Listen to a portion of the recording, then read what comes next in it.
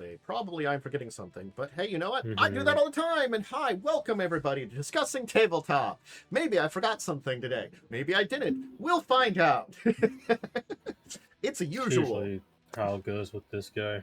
Look, it's a weird thing that like I have weird bits of like really good long-term memory, but there's just like aspects of like especially like short-term or like just certain aspects of reality that just don't fit into my brain ever. I don't understand it. It's big spag memory issues. It's all the Pokemon Go. I know. There's a lot of that. Okay, the runtime fee. Sorry, I was looking. We talked about a little bit about game engines a little bit before this, and I was curious if Unity ever changed their pricing thing. Apparently, they only fixed it this year, even though if I recall, they made the change in like 2023 or something. So it's been like they've been sitting on it for 3 years. Wow. So yeah, no wonder everyone's been running from them. They're finally like, this is and now they're finally like, oh, this is a problem. Okay. It only took them years to be like, well, I guess we've shot ourselves in the foot. I guess we have to bandage that or something. I don't know. Maybe appeal to player or game designers again and stuff like that. Not screw them over. That's good because I've heard they have one of the better out of the 3D engines. They have one of the better 2D ones for pixel art, which is what I would do if I made a game. Again, I guess it'll be wait and see if they can regain the trust. It's kind of like, I guess... They probably won't. Well, I don't know, because I don't know if you saw the Unreal 6 news being like, well, we're just going to shove all this AI tools that no one wants into this thing. Yeah. So, I feel like they're shooting themselves in the foot also, and I'm like, why? When you two are in a race to the bottom, baby. They really are in a race to the bottom. Shitification. Mm-hmm. Anyway, I hope everybody's been having a great week. Otherwise, anything interesting happen for either of you? I guess we'll just get started in it because that's a good segue into how's the week been. Nico and I started playing Halo 3. Ooh, moved on to Halo 3. Okay. We're on Halo 3, so we're almost done with it. We have the last 2 levels left, which unfortunately are the worst part of the game. They're not very good levels, but Halo 3 is cool. I'm playing Arbiter because I'm always player 2. Arbiter's the cooler character. Yeah, okay. Agreed. I'm going to say something controversial. I think Halo 3 is very overrated. I actually agree with you. My favorite was actually Reach. That's fair. I don't see a lot of people say Reach is their favorite. My favorite is Halo 2. And but Reach is my second favorite. And that's actually primarily because of the story gameplay. The story and the single player gameplay. It's just I think they did a really good job of making it unique and different. I like that it's the only game where I can play a custom Spartan. Agree. That's also cool too. I guess it's some of the aspects that that's kind of the area that they were at their peak, the 2 Reach era, and then 3 was a downturn, which necessarily it sounds like 3 was a downturn, but not a terrible downturn. No, it was 3 is still really good. The problem with 3 I'm pretty sure was their most popular. 3 is very good. The problem that I have with 3 is a lot of cut content from 2. Okay. And the narrative isn't particularly very good. Okay. So it's sort of you still have that really great combination of gunplay and action and stuff like that Halo is known for, along with probably the robust multiplayer that's still working there, but the story took a little bit of a downturn, or at very least kind of stagnated a little bit. But then that's the end of the era. So would you consider then exploring with Nico anything beyond there, because that's such a mixed bag? ODST, we're doing Reach, and we're probably going to do 4 just because it's on the Master Chief Collection. We cannot play 5, it is not on PC. Okay. And maybe down the line we'll do Infinite, but Infinite is still $60, so. Yeah. Interesting. I mean, I'm going to be honest, probably the reason I didn't really... So 3 was my introduction to Halo. And then I went back and played Then I went back and played 1, and I don't think I actually ever played the story all the way through for 2. But the one thing I really did like about Reach is that they really did put an emphasis on the story in their single player. Like, I don't know, I think they did a good job telling it. Whereas the other ones, you could kind of miss the story. The other ones I played, if you like didn't know entirely what was going on. Here's the important thing that I think it is one of those ones that, like, the most beloved shooters may still have really great multiplayers, but so many of them also have a really great single player. Most of, like, the best known, like, Calls of Duty and stuff like that are the ones with a really great single player and also a really great multiplayer. Seems same as the Halo. I've never been a big shooter person, but my favorite shooter was I think I can say, like, the Time Splitters. I played 2 and 3 a lot, and yeah, the story is completely stupid, but it's a fun kind of stupid. It's like cheesy action movie stupid, and I loved that for it, you know. And it had that story that was an actual story. So I think that's an interesting kind of thought pattern on it, that, like, you still need that, like, you still want to get people in with a cool story because of a cool world, and then throw them into the multiplayer where everybody's shooting everybody kind of thing for the best kind of stuff. That's kind of true. I feel like that was more true before the wide prevalence of online connectivity. There really was, like, yeah, some of them did, like, but I feel like Modern Warfare 2, nobody really remembers the story for that one. But that was the peak era of online connectivity. Yeah, same with Halo 3. It kind of had the worst story, but it was one of the, like, it was the peak era of online connectivity. So it's like, you know, that's when you could buy an Xbox Game Pass or like a PlayStation Pass like once, or, you know. It's back in the day when map packs were sold on discs. Yeah. So there's a balancing factor. Like, if it, I get it. That's an interesting thing to explore, though. It's again, when we're talking about this, it made me the thoughts that come into my head about this entire thing, because it's an interesting part about all have this. Played so much Halo that there's a good chance you could show me a cutscene from Halo 1, 2, or 3, and I could say every line verbatim.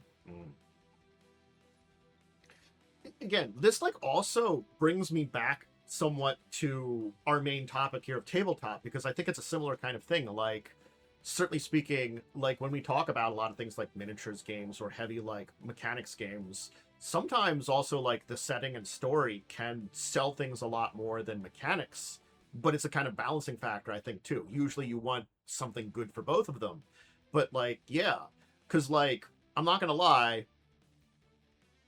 Warhammer 40k, the actual mechanics, like, I don't know them very well. I don't think I would get into them, but I think the story and setting are very interesting too. And I think it does a good job of doing kind of both, you know. And we'd have other miniatures games, like, you know, that are sold on story a lot more, or mechanics a lot more. And I think, you know, it kind of harkens back as, like, there's a balancing factor in all kinds of games for this. So, you know, that's kind of interesting. Yeah. Every time someone brings up the lore of Warhammer, I'm reminded of the, like, barrage of, like, lore slop shorts that show up. And the fact that if I have to hear that the Tau found the Dreadnought again, I'm going to throw myself off a cliff. It's like, I can't, there's only one person that does regular shorts that I like for those, and it's because they basically do, like, little book quotes and stuff like that, because they specifically say from this source, you know, and then do the entire things like that, and they do a different one every, like, most, like, a bunch of different days a week. What's the channel? I can't remember the channel off the top of my head, but that's the only one that, like, for the shorts things that I'm like, I just don't like. Otherwise, like, if I run into any of them, I'm like, just scroll past you. But I do a lot of scrolling. I usually just, like, you know, check a short from someone I actually, like, follow, and then, like, scroll 2 or 3 times to be like, is there someone I missed that, like, you're going to give me in the algorithm? Because sometimes I miss people, and the algorithm's like, hey, this person you follow, here's one you missed. But anything else interesting happen? How about you, Worm? Anything big on your week? Honestly, prepping for my game this weekend, dealing with the art stuff, commissions and direction there, and then you've got building my Pathfinder character. That's basically been my week. The only other thing for me is the fact that I have in a box next to me about $500 worth of PC parts. It's definitely been like I've been trying to like dive in and figure out where I want to shift things around for the Rise of the Rune Lords. Like there are definitely things I want to keep pretty much the same, but I don't want to have it like exactly the same. And I've already like done some things to kind of shift things around kind of story wise here and there, but are there like really mild stuff? So it's like my question about where the directions, like I guess like, you know, overall the places you go to, the main battles will probably remain relatively the same, but there'll probably be like tweaks here and there that make things, honestly speaking, I want to like see where like it could make more sense. That's what I've been kind of focusing on for like the past little bit, like working on that. Fair. You know, it's the lessons I learned a lot from like the last time we did the major thing of like running through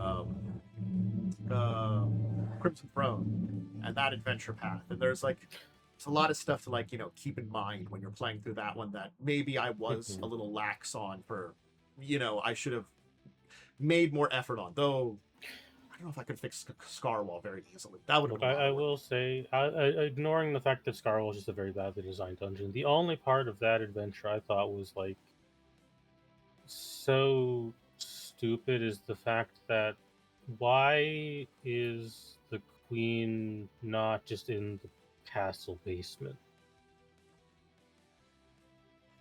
Why not just have her there because apparently, instead instead of some random cave with a thing in it? So apparently that's where the Rune Well is, and the Rune Well, Well just is... move it. Who cares? I know. Why didn't she move it there? Couldn't it be moved? It's built on top of a pyramid. It could be in the damn pyramid.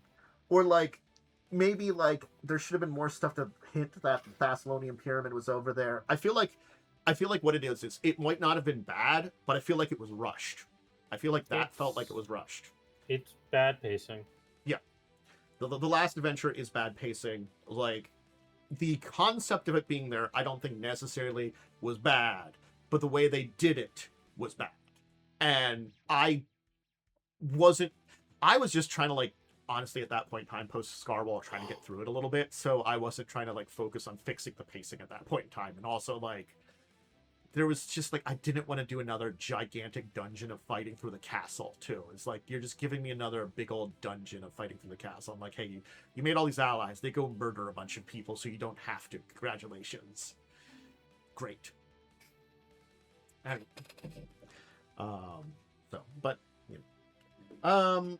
Anything really interesting in my week? I'm trying to think of like if there's anything that stood out. And that's always the thing is I really feel like I should probably like, you know, at least because I was talking about my short-term forgetfulness. I should like make notes or something about like anything that stood out in my week. That would be interesting to talk about. I don't think anything like super stood out in my mind. Just the usual like, you know, enjoying some little bits of content here and there.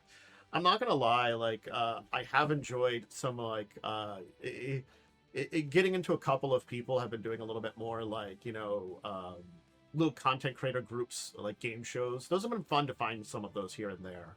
Not all of them are great, but like some of them are pretty interesting to kind of do. I think I linked one that was I enjoyed. It was like a little like Jeopardy Warhammer thing where I'm like, I understand half of this, but it was funny. If you don't already, you should watch Willy also. They do very good quizzes. Yeah. Those like, because I was actually thinking about doing some things like that, but I just don't know what direction I would take for that, because I'm a lot more general tabletop. But maybe that someday I'll figure out something for that, because that's always fun. All right, so yeah. Otherwise, you know, getting back into the swing of things, having like, you know, still messed up myself a little bit, unfortunately, somehow last week. So cool, great. You know. The physical body turns against us at all turns. Nice. You're old, that's why. I'm old and I don't exercise enough. That's the problem. A little bit more exercise, maybe I wouldn't have as many problems. True. Yeah. Let's start getting back to that. Anyway, shall we talk about some news kind of stuff? If we have to. I mean, there's some interesting topics to go into. Some. Pre-RPG Take is coming up, and we have a general idea of some of the stuff that's going to be out, and it seems to be a focus on D20-based games. I'll link the the article I saw on this here that's talking about it. So it looks like we are getting some Starfinder, Pathfinder, Morkbard, old school essentials, Powered by Apocalypse, Forge in the Dark. So definitely a lot of stuff, but a lot of them also seems to be like big on a year of the D20 at very least, and other various things. So you can kind of check out what's going to be coming up for the upcoming Free RPG Day. If you can pop out to a store and get a couple of things to try out, little mini adventures and stuff like that. So looks fun. Coming up next Saturday, so very soon. So yeah, cool. Also, hey, the Alien RPG is getting another big little campaign book, and that seems like fun. This, of course, is their newer, their second edition kind of thing like this, and it's going to be coming out. Where is the dates on here for the dates? I thought I saw them, or is it fourth quarter? So I don't actually have the exact date. It looks like. So this one is basically a standalone adventure, but also in the current set of adventures they've been putting together, you could train them together. So they put out Rapture Protocol previously. You can either play this on its own or have this as a sequel to Rapture Protocol. Nice. So yeah. And it's still more Colonial Marine adventures. So we're doing like a full-on like Aliens trilogy of books. That's the one everyone would want to do anyways, let's be real. Yeah, it's the thing about like the Alien franchise is like, as much as the horror and intensity of the original movie is really great, you can kind of play those adventures, but I feel like it's that like if we talk about like Alien Isolation, there was essences of it that it was a lot more like Aliens, but there was just little bits of it here and there that felt a little bit like getting towards Aliens too in the course of the game. Favorite part of Alien Isolation is the fact that it went on for 10 hours too long. Yeah, so I'm hoping the next one either paces it better, like even if it's still long for the second game, pace it better and make it make sense for that rather than just like reset it and kind of like do it again or something like that. It's weird. But yeah, so I'm interested in how they go with that second game. But no, like yeah, the Colonial Marine stuff is the stuff that people want to do most, because it's like, you know, most RPGs you want to be able to like fight back to a degree, even if it's like really difficult too. Yeah. So, but yeah, it's coming with some miniatures and stuff too. So, and dice and things like that. Check it out if you're interested. Cool. I love that this book says specifically on it, not a BDSM source book for Dungeons and Daddies. it is both a joke and also I think they just have to like, you know, specify that I guess somewhere. I've only heard about Dungeons and Daddies. I don't know a lot about what there's going on for the podcast. I know it's a comedy one. I've listened. They're fine. Yeah. Listened to them a couple of times. They're putting on a source book based on their adventures. It looks like that, you know, that's kind of an interesting one. So yep. It looks like the source book will be a one that has an adventure over it, a bunch of information on it. So, you know, check it out if you're interested in it. Do they have a date for this one? Or is it out now? Oh, they got a picture page. Okay, it's got a backer kit. Cool. Okay, so it's coming soon. It's going to be up on BackerKit. It's linked down to the bottom of the article there. It looks like it's launching in 30 days. Hey, thanks, BackerKit. So coming. Yeah, I know. So if you're a fan of the podcast, when you want to check out their adventure, or just in general, maybe want to do like an interesting adventure set kind of in their style of adventure that they do, check it out. Cyberpunk Red is getting a Night City 2045 book. I think nice. We talked about this one. I know we talked about a couple books they were doing, because they've been doing a bunch of different books from different periods. It looks like.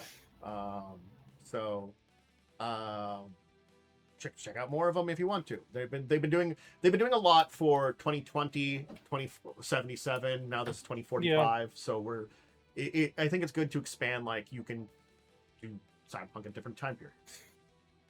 So check it out.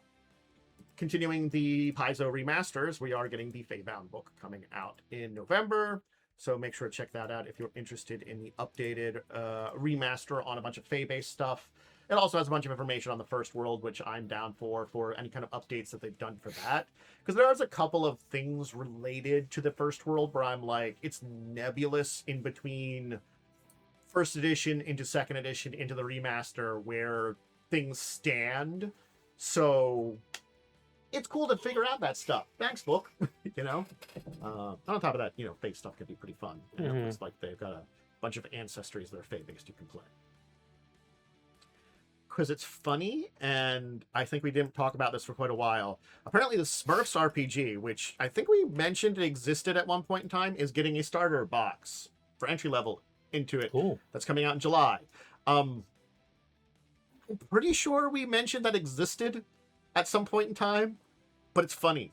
Oh, this is back from 2024 in the campaign. So now we're finally, I guess, I'm assuming everything came out at some point in time since 2024, because now we're getting the starter kit coming out, like being sold also. So, hey, Smurfs, if you want to play it in a TTRPG.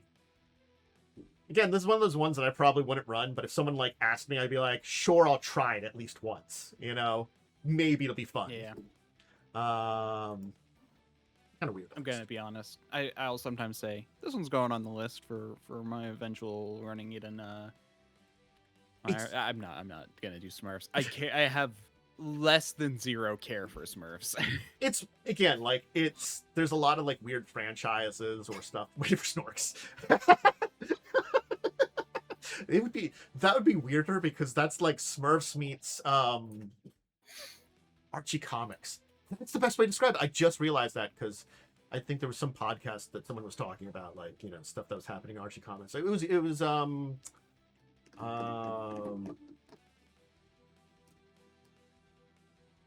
what it was, something. But anyway, they were talking about that, so that just came to mind that that's what it is. So that'd just be a weird. I guess if you go weird, then you could probably do that one. That might make it more interesting though.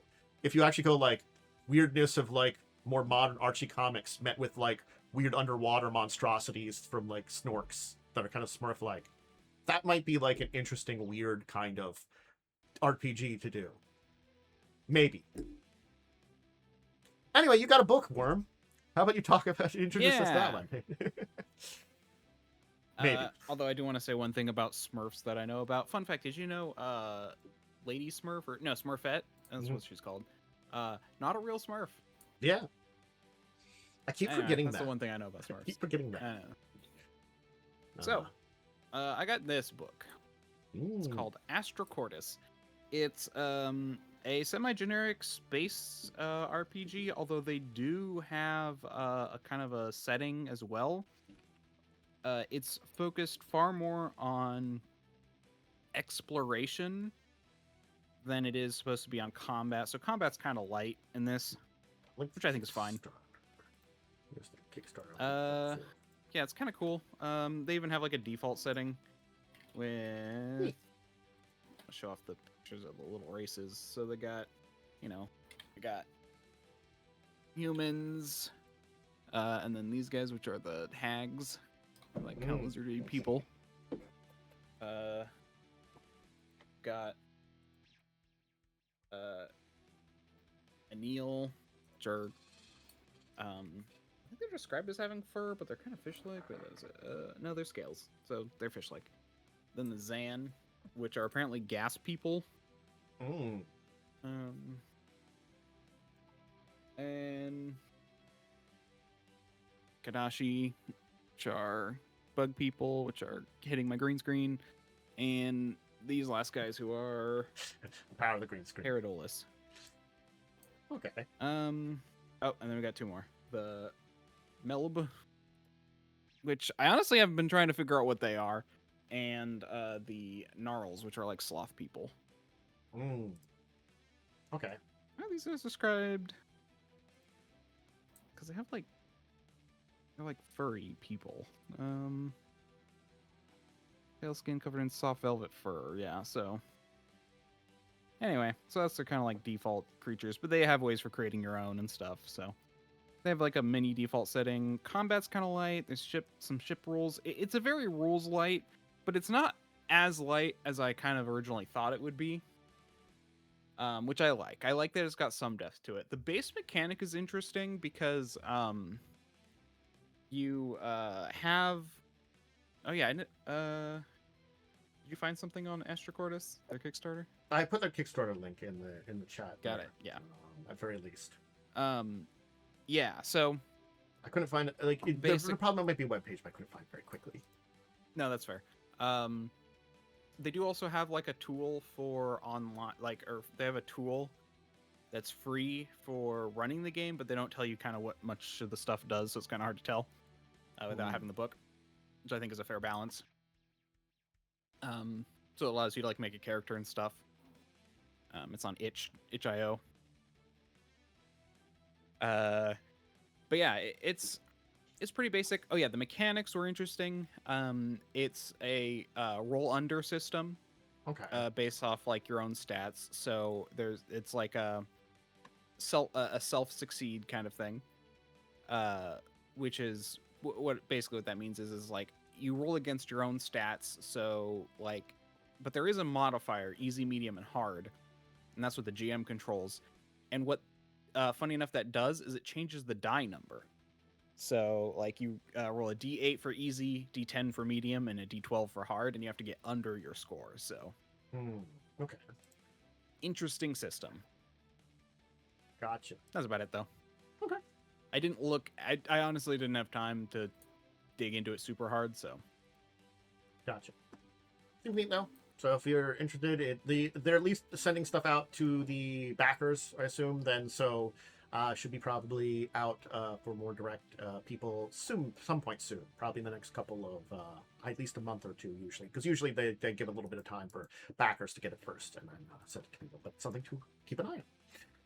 All right, so we got some updates on those villainous options. The first set of them, not the second one, from D&D 5.5, we can talk about for a second here. I was looking over them a little bit, and they are updates. I'm not going to lie. The thing about the villainous options, which they did 2 things of, was kind of just, I felt like all weird, because, like, I don't know why they call it villainous. Like, I think that's the thing I said before. But basically... Yeah, like, I agree with you. Yeah, I mean, like, because unless you're probably not going to be really playing evil characters. I mean, yes, it's stuff associated with villainy and darker paths, but we already had that. So, but they updated the Circle of Titan Druid, the Hell Knight, and Demonic Sorcerer, because sure. The big thing I've seen for the Circle of Titan is they changed its version of Titan Wild Shape to 10 minutes instead of hours. Which I think is probably a little better balanced. Yeah, I definitely think I can agree with that one. It looks like some of the other abilities tend to have been like updated a little bit from what I can see, but like they're just some bonus things here and there for the entire thing. Otherwise, it's just that one's pretty much fairly similar. I guess the spell list got updated too, because apparently, I didn't realize this. The old one had Cure Wounds as a first level, and I'm like, wait a second, aren't you supposed to be kind of more villainous? Why do you have Cure Wounds? They did a reduce and large for that one and changed out Stone Skin for Fire Shield. So, I mean, I guess, thematically, they're like, I guess we can't be as, Cure-y for evil, or for villain. Yeah, and then they updated their, like, Hell Knight and Demonic Sorcery, too. I think the problem I have to say is they don't, like, let you know exactly all the updates they've done, so you have to kind of, like, look deep into them. But I'm guessing it's a lot more things like the time frame for stuff they've kind of, like, played around like this. Like, the Hell Knight, it does look like they're, at least, that they're dealing a lot deeper with getting into a lot more, dealing with demonic forces and stuff like that, and infernal energy, and of course the demonic sorcery. It's, I mean, again, like, it's more stuff related to sorcerer powers, which we've already had, and then they have a bunch of like origin feats and epic boons that they've kind of have here, which I don't know if they updated or not.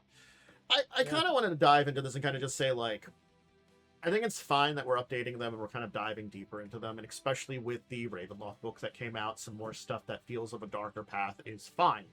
And I think these are a good direction to go with, but you know, it's the entire thing of like, I don't know why they're calling it villainous options again, like, and these are an interesting bunch to fix. I feel like I'm guessing that there was just like with the Circle of the Titan, there just was that big problem of being in a Titan form for hours on end was kind of a problem. That's what I'm guessing, you know. So Probably. it was big things like that that really needed to be updated here. It's interesting directions, but like I just like, you know, I'm just kind of taking a step back here for like, because I still always like Unearthed Arcana. It is I'm not gonna lie, I feel like it is the more interesting playtest we get for a lot of playtests we get out there. Like, yeah, Pathfinder and Paizo does a lot of big playtests, but usually they're very large playtests for big things, you know, most of the time. Sometimes some smaller stuff. While I feel like this is a tradition that's been very good on Wizards of like having these smaller little bit of playtests that have very interesting ideas a lot more times, that some of them are revisited, but not all of them. I feel like, you know, when a Paizo gives us a playtest, it's something they are going to put out. They might just update it or something like that here too. I feel like that's why I've always been favorable towards Unearthed Arcana, you know? But like, it's just, I feel like unless we are going to get something like you know, we talked about, like, we got the Ravenloft book. Unless we are going to get something like a Dark Sun book where it is a lot more villainous, I mean, like, where are we exploring this for? You know, I don't know. Yeah, I don't think this is going in the Dark Sun book. Yeah, I don't think it would. And I think that's the weird thing about, like, yeah. I mean, as you mentioned, like, not all of these get into something, which is interesting. In fact, they've specifically made some not planning to put them into any book. Like if you remember way back when, the technology one, where it's all like, you know, subclasses for like a sci fantasy. Mm-hmm. I think they specifically said, yeah, this isn't planning to go anywhere, but it's something that we kind of came up with. Yeah. Which I think was really good to show like the versatility of the system at the time, but yeah, no, ultimately, yeah, I kind of agree that this is, you know, it's like, I don't know why they're calling them villainous options. Like, here's the thing too, they might change that. Like, it might be like a working title. It most likely is. When you're making something like this, you're not going to put an actual title on it because you probably don't know what these are going to go into yet. So true. Yeah. And a lot of these are evil tilted, demonic, sorcery, Hell Knight, Pestilence. Yeah. And Titans, I don't know, like, Pathfinder has a very specific lore for Titan. D&D, I don't know. The thing is, it's like giant monster Titan. A lot of the big, like, monsters that you can turn into in this are evil aligned traditionally. Yeah. Mm-hmm. Because like, I know in Pathfinder they're more guardians of nature, like giant guardians of nature, if I recall. Like, they're forces of nature more than they are like creatures. Because I feel like when they're using Titan, they are going more like, you know, giant like kaiju monsters and stuff like that. You know, if we're using like, you know, like more Godzilla. That's what I'm talking about, the kaiju. Yeah. And again, like, I feel like the only one that's out of these that I would definitely like point out and say, like, yes, this one feels like more like you're on the darker side is the Hell Knight. Like, the Path of Titan, sure, big monsters in Dungeons and Dragons, in a lot of settings for Dungeons and Dragons, tend to be more forces of like more evil in quotation forces. But like, not gonna lie, like, even if we look like at the Tarask, traditionally, it's just a goddamn force of nature in a lot of ways. It's a big, dumb, monstrous thing that just wakes up, eats a bunch of shit, and goes to sleep. Yeah, it's a bad thing in many ways, and it can be a villain to your players, especially because it is this creature causing havoc. But it's not, like, a villain the traditional way. It's a force of nature, you know? And I think a lot of, like, big smashy creatures tend to be more towards that, though yes, you do have some that are specifically evil aligned in some D&D lore, especially some of the weirder shit from older editions and stuff like that. But like sorcerer options, sorcerers deal with like weird dark energy all the time, you know. So it's like, how is this one different? Sure, but this is specifically demonic, and there hasn't been something like that Okay, I guess for a like sorcerer yet. I guess Yeah, I mean, it's kind of weird infernal though, is because like, a lot more like controlled than demonic too, maybe. So it's Well, like, well, yeah, but I mean, the Hell there Knight isn't- is demonic, is diabolic, and Yeah. then you've got the sorcerer who's demonic. So it's like, yeah, I mean, it's a thing. I mean, part of me is wondering if like the whole idea is just things that could, you know, because they have the content warning at the top. So part of me is wondering if it's just these are things which might be seen as disturbing to people, which is why they're, you know, the term villainous is weird, but if we take that away, it's fine, you know. I just think the name stuff is being a little too nitpicky. I mean, I do agree there too, but I think it's sort of like, I agree. It's for me, I'm just thinking like, it's just a direction they are trying to go with these kind of things, and I think there would be like a better, I just think there would be better descriptive word for some more interesting ideas, you know. Again, like, right, but how much stuff in Pathfinder also has this issue, right? A lot of it. You're not wrong. There's just names, unfortunately, kind of draw you in directions and stuff like this. No, like there is a lot of assumption that comes when you say like villainous options. Here's the problem I think with it is they have used the term villain options or villainous options before, and it was in the DMG, and it specifically said your players should not have these classes. So running up, but then everyone used those classes, so so I don't know, like the repeat of the term villainous options, I agree, reminds me of that. So it's like, are these going to be things that players aren't supposed to have? Yeah. Well, no, because they've done away with that. You are clearly supposed to play these. I was about to say, but obviously that's not the case because they're doing them as playtests. Yeah. So that's kind of where I sit, where it's all like, I think I agree it's weird that they picked this name, but I'm not reading that much into it. Yeah.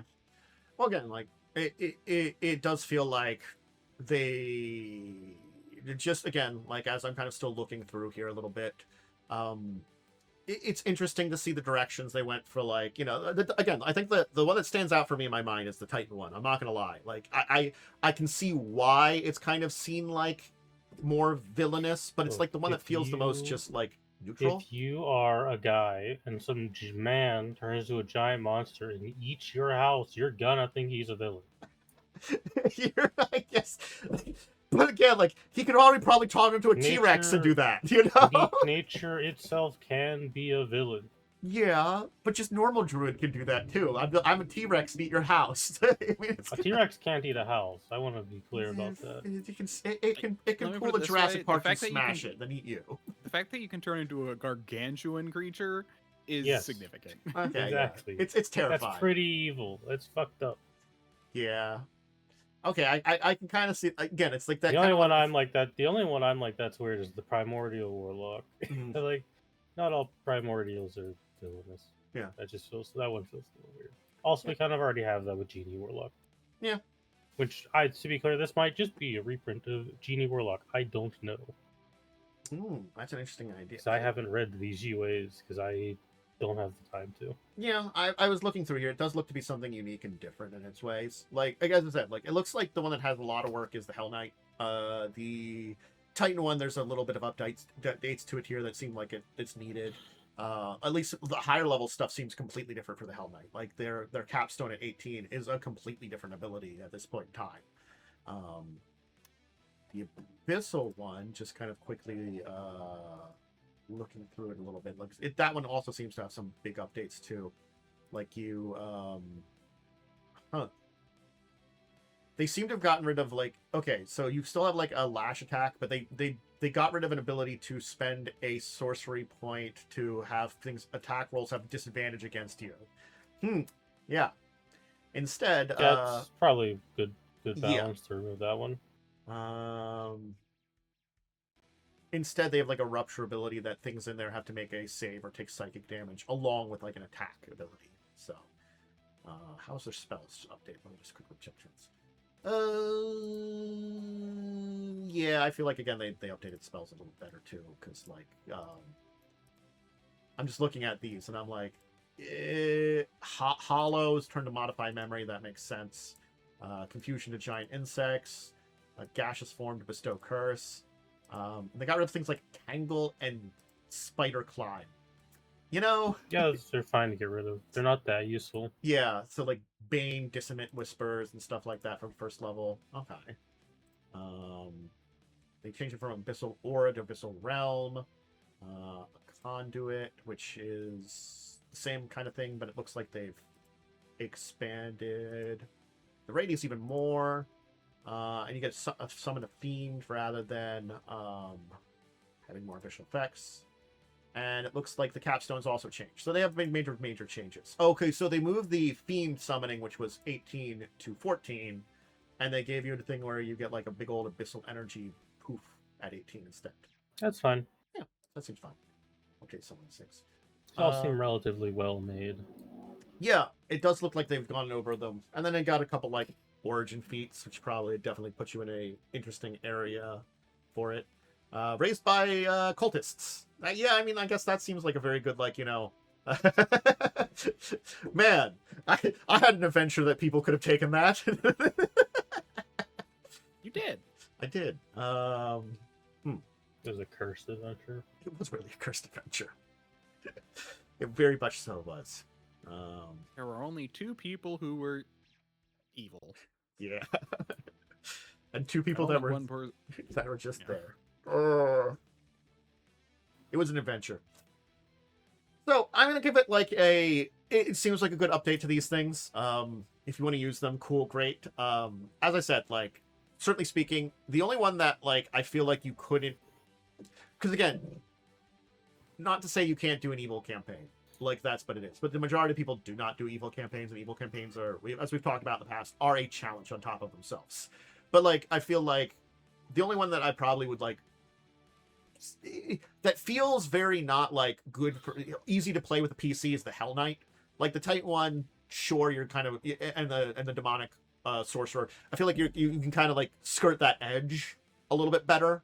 Like the Hell Knight, just looking at that one and kind of reading through its flavor, feels like you're really, it's hard to skirt the edge on that one, you know? At least the Sorcerer one, cool, like you got like demon powers in your bloodline, so you have to deal with that. Like the Titan one, you're dealing with, you know, like I'm channeling primordial destructive urges and stuff like that. Cool, you're facing against that one. It's kind of like a lot of like the deals you make with a warlock and stuff, where you're dealing with like dark energies and stuff like that. The Hell one, maybe. But again, that's a little bit more harder one, I think, like that. But, you know, they're interesting to a degree. So, it's up now if you want to check that one out. The other thing is also 5.5 related that I did want to talk about as a big subject here, and that's we're getting World of Darkness in 5th edition. You might have to say that better. Okay.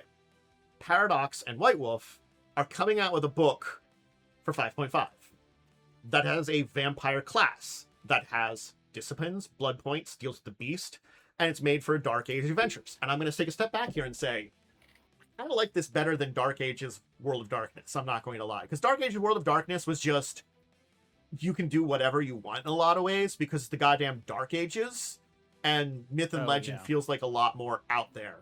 So it was always, I felt like it was that kind of like weird direction for when they put it out, because I'm like, you lose a lot of that like having to kind of be sneaky and hide, and like it's a lot easier more to embrace the monster rather than like fight against it in Dark Ages stories, where I feel like maybe exploring some of this here in a more direct fantasy kind of side of things, or even if they just did a version of it that you could use for Dark Ages adventures, would be interesting. I'd be curious as how well it would transfer into other D&D related stuff, or if it just played on its own. You know, this is stuff that I'm very interested in. My opinion on this is it's neat. It's not the first time D&D has had a vampire class. Mm-hmm. And I'm also not sure who this is for. Yeah. I kind of agree. If you're gonna play vampire, you play 'Cause vampire. people who like vampire are gonna just play some form of vampire. I feel Yeah. like And there's here's not a the lot thing. of crossover. And here's the thing: Chronicles of Darkness, Dark Ages, is pretty good. But at the same time, I also feel like if you can get at least one person to look at a World of Darkness thing these days and be like, that's pretty neat, that's a win for you. Because World of Darkness is very heavily fallen out of favor. Yeah, this is something that I don't get what's going on right now, and I feel like something's going on behind the scenes because it can't be like I feel like I'm going insane. Like we have Traveler building something for 5e. Now we have Vampire or White Wolf building something for 5e. Why is everyone building I something for 5e? assume it's just because D&D 5th edition is the most popular and culturally relevant TTRPG, and you can get into that audience. This is a gateway to get them into your thing, potentially. I feel like it's probably. Here's the thing. I think it also is too. I'm sure that there's some kind of like backroom dealings with all the companies. That's for what I'm D&D thinking. Beyond. It's probably nothing too Yeah. shady. It's probably just really good deals that are like, hey, No, I don't think come up it's with some of this, I don't think it's shady, but I just think it's like is Well, when people say backroom D&D deals, that people feel Yeah. shady. That's why I had a preference that it's just Yeah. a regular corporate deal going on in the background. I probably on top also of want this. to point out this isn't with Wizards. They're just putting it on D&D Beyond. This is made by Ghostfire Gaming. Yes, it's a product by Ghostfire Gaming. It's an independent company. Yes. But since it is going directly to D&D Beyond, it's part of their like partners program. It's going to be part of which we're seeing a lot more stuff. I assume we'll be able to buy a PDF and a physical book. Yeah. Yep. Because Ghostfire's really good about that. Yeah. Yeah. And so that's just like what to me is like I feel like 5e is like trying to get people to like keep them relevant while they're restructuring everything. That's my thought on it. But I don't think 5e will ever lose its relevancy. I think it's too ingrained into culture. Yeah. I kind of agree. I mean, I think it could. I'm not, but because it doesn't. Even now, with all of WotC's like complete screw-ups, it still doesn't have a competitor. Yeah, I'll agree on that one. As good as Paizo is, they are still very small comparatively. Yeah, no. I know. Pathfinder 2e is gaining a lot of traction, but it's so far away from reaching the point that we are now. And I feel like it never really will because it is a different kind of game, There's not really another game like D&D 5e. Yeah. It's as much as it has issues, it is that kind of perfect pick up and play simplicity that makes it very easy to throw together a quick character and play a quick game. Easy to pick up, it's easy to modularize. Yep. No other system is really like that. Yeah. I think there are systems that are close, but they've never been explored the same way as D&D or have the want to explore. Like I have played with some systems where I think they could do something like 5.5/5th edition, but you have to have people actually explore that and dive into that. And if they don't, you can't. That is truly the benefit of 5e is it can be anything. Yeah. Now, again, we know, as I say in the article here, I do want to mention here, they are saying that this is one of the two big announcements they're going to have. They are doing something big with Vampire. I think the talk of it was maybe like a refresh edition or something to their... We did have rumors of the World of Darkness 6th edition. Yeah. So, we'll see about that. I feel would not be surprised because VTM 5e was a train wreck. Yeah.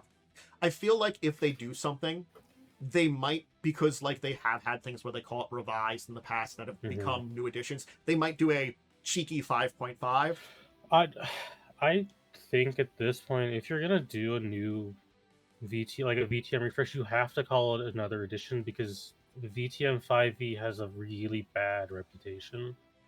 Yeah. That makes sense then. Yeah, I thought about that cheekiness because it might be there, but if you're correct that there was a lot of bad reputation around it, unfortunately, that makes sense that they might go to 6. We'll have to see what they really do though too. Yeah, I'm not even someone who like dislikes VTM 5e, but like the discussion around anything VTM related is incredibly volatile.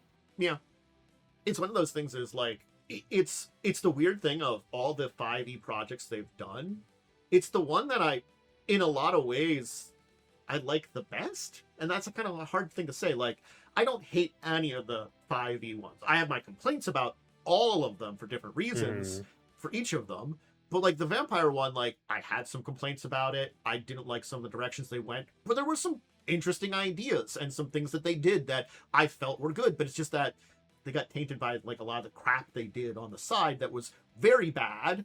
On top of like, I think some of the problems they have like were kind of shitty too. You know, like well, I mean shitty by like, you know, directions and stuff that they took with certain things. Like, as I said, like I always liked the juxtapositions between the internal battle versus external battle when you did your Vampire the Masquerade games, where they focused only on the one. And it wasn't until like we talked about books that have come out more recently that they're doing like, hey, here's some books that help you focus more on the politics side. Because I like that balance between the two of them, where you're fighting the external world, the politics of vampire, while dealing with the beast inside. And I liked that balance. Where I just didn't. I wanted that for my games, and when you don't give me that, and I have to focus on the one, I don't like that very much. You know, personally, that's my style though, and the way I like World of Darkness. Everybody likes it different. I know there are plenty of people that love that side of things, and so we're a lot more accepting of Vampire 5e. You know, some people loved it because that was the type of style they wanted.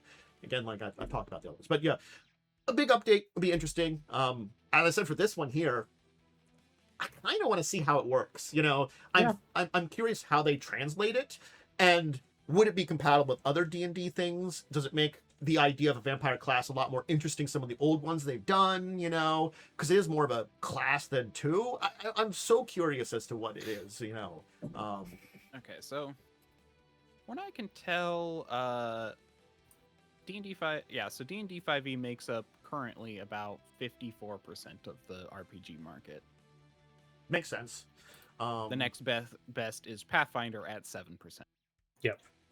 It's the thing that like, and I'm guessing is that 5.5 and 5. I'm guessing combined probably. Most likely. Just D&D in general probably. Okay, this was published in 2019. You can assume it's probably still about the same, or maybe even a little higher now. Yeah, I think honestly, even with things going most on, of the things I've actually seen say it's been rising rather than falling. So it's the easiest one to get into. It has the best marketing, and there are, as we've said, a lot of products that just use it as a base now. And a true flood of third-party content. Yeah, it has a excellent third-party side of all different people using it. So it's sort of like there's so many games. Like again, like as I think I like talking about like the interesting Lord of the Rings games that company name. Sorry, come on, brain, quickly work. Free League does, but Free League also does both their own system version and a 5.0/5.5 version of it. So it's sort of like you can't get beyond it there when they're doing that there too. And a lot of companies are doing it, you know, and there's a lot of people that just go into using the 5.5 D20 system because, as we said, it's very easy to move in those directions. Popular, easy to move in those directions, and a lot of people have already been doing it. So it's this kind of thing of like, as people do it, more people build upon it too. You know, I think that's the other important kind of idea about it is that, you know, when one person does a really successful kind of side content, other people look at it and start doing it too. You know, it's a little self-fulfilling in a lot of ways. So I can see it rising in a lot of ways. So this is definitely an interesting direction for White Wolf. And if they do a good refresh of something vampire related and this drives people towards it, I'm not against that. I just, you know, as I've said, like, I feel like they're doing better at figuring out what they want to do with World of Darkness and how they want to take directions for the old versus new lore. They're finding that good balance between it. And I don't mind if you change a bunch of stuff. Just make it feel like it's an interesting change or a direction that tells a good story, you know? Then I'm all on board for it, you know? Like Werewolf 5e. I don't mind we've gone to the Apocalypse era. I don't mind the council has kind of fallen apart for werewolves and stuff. I don't mind a lot of the big changes they've done. It's just like, I feel like I don't like the way they've done a lot of that stuff there. kind of like the the new Inquisition for Vampire. I feel like I don't like the way they did it. The idea of that's good, good ideas, bad execution. I feel like is a lot of what I feel for World of Darkness 5e. So there's again my hot take I've thrown down here a couple of times, but this brought it out. So I don't feel like that's a hot take. I think that's the consensus, really.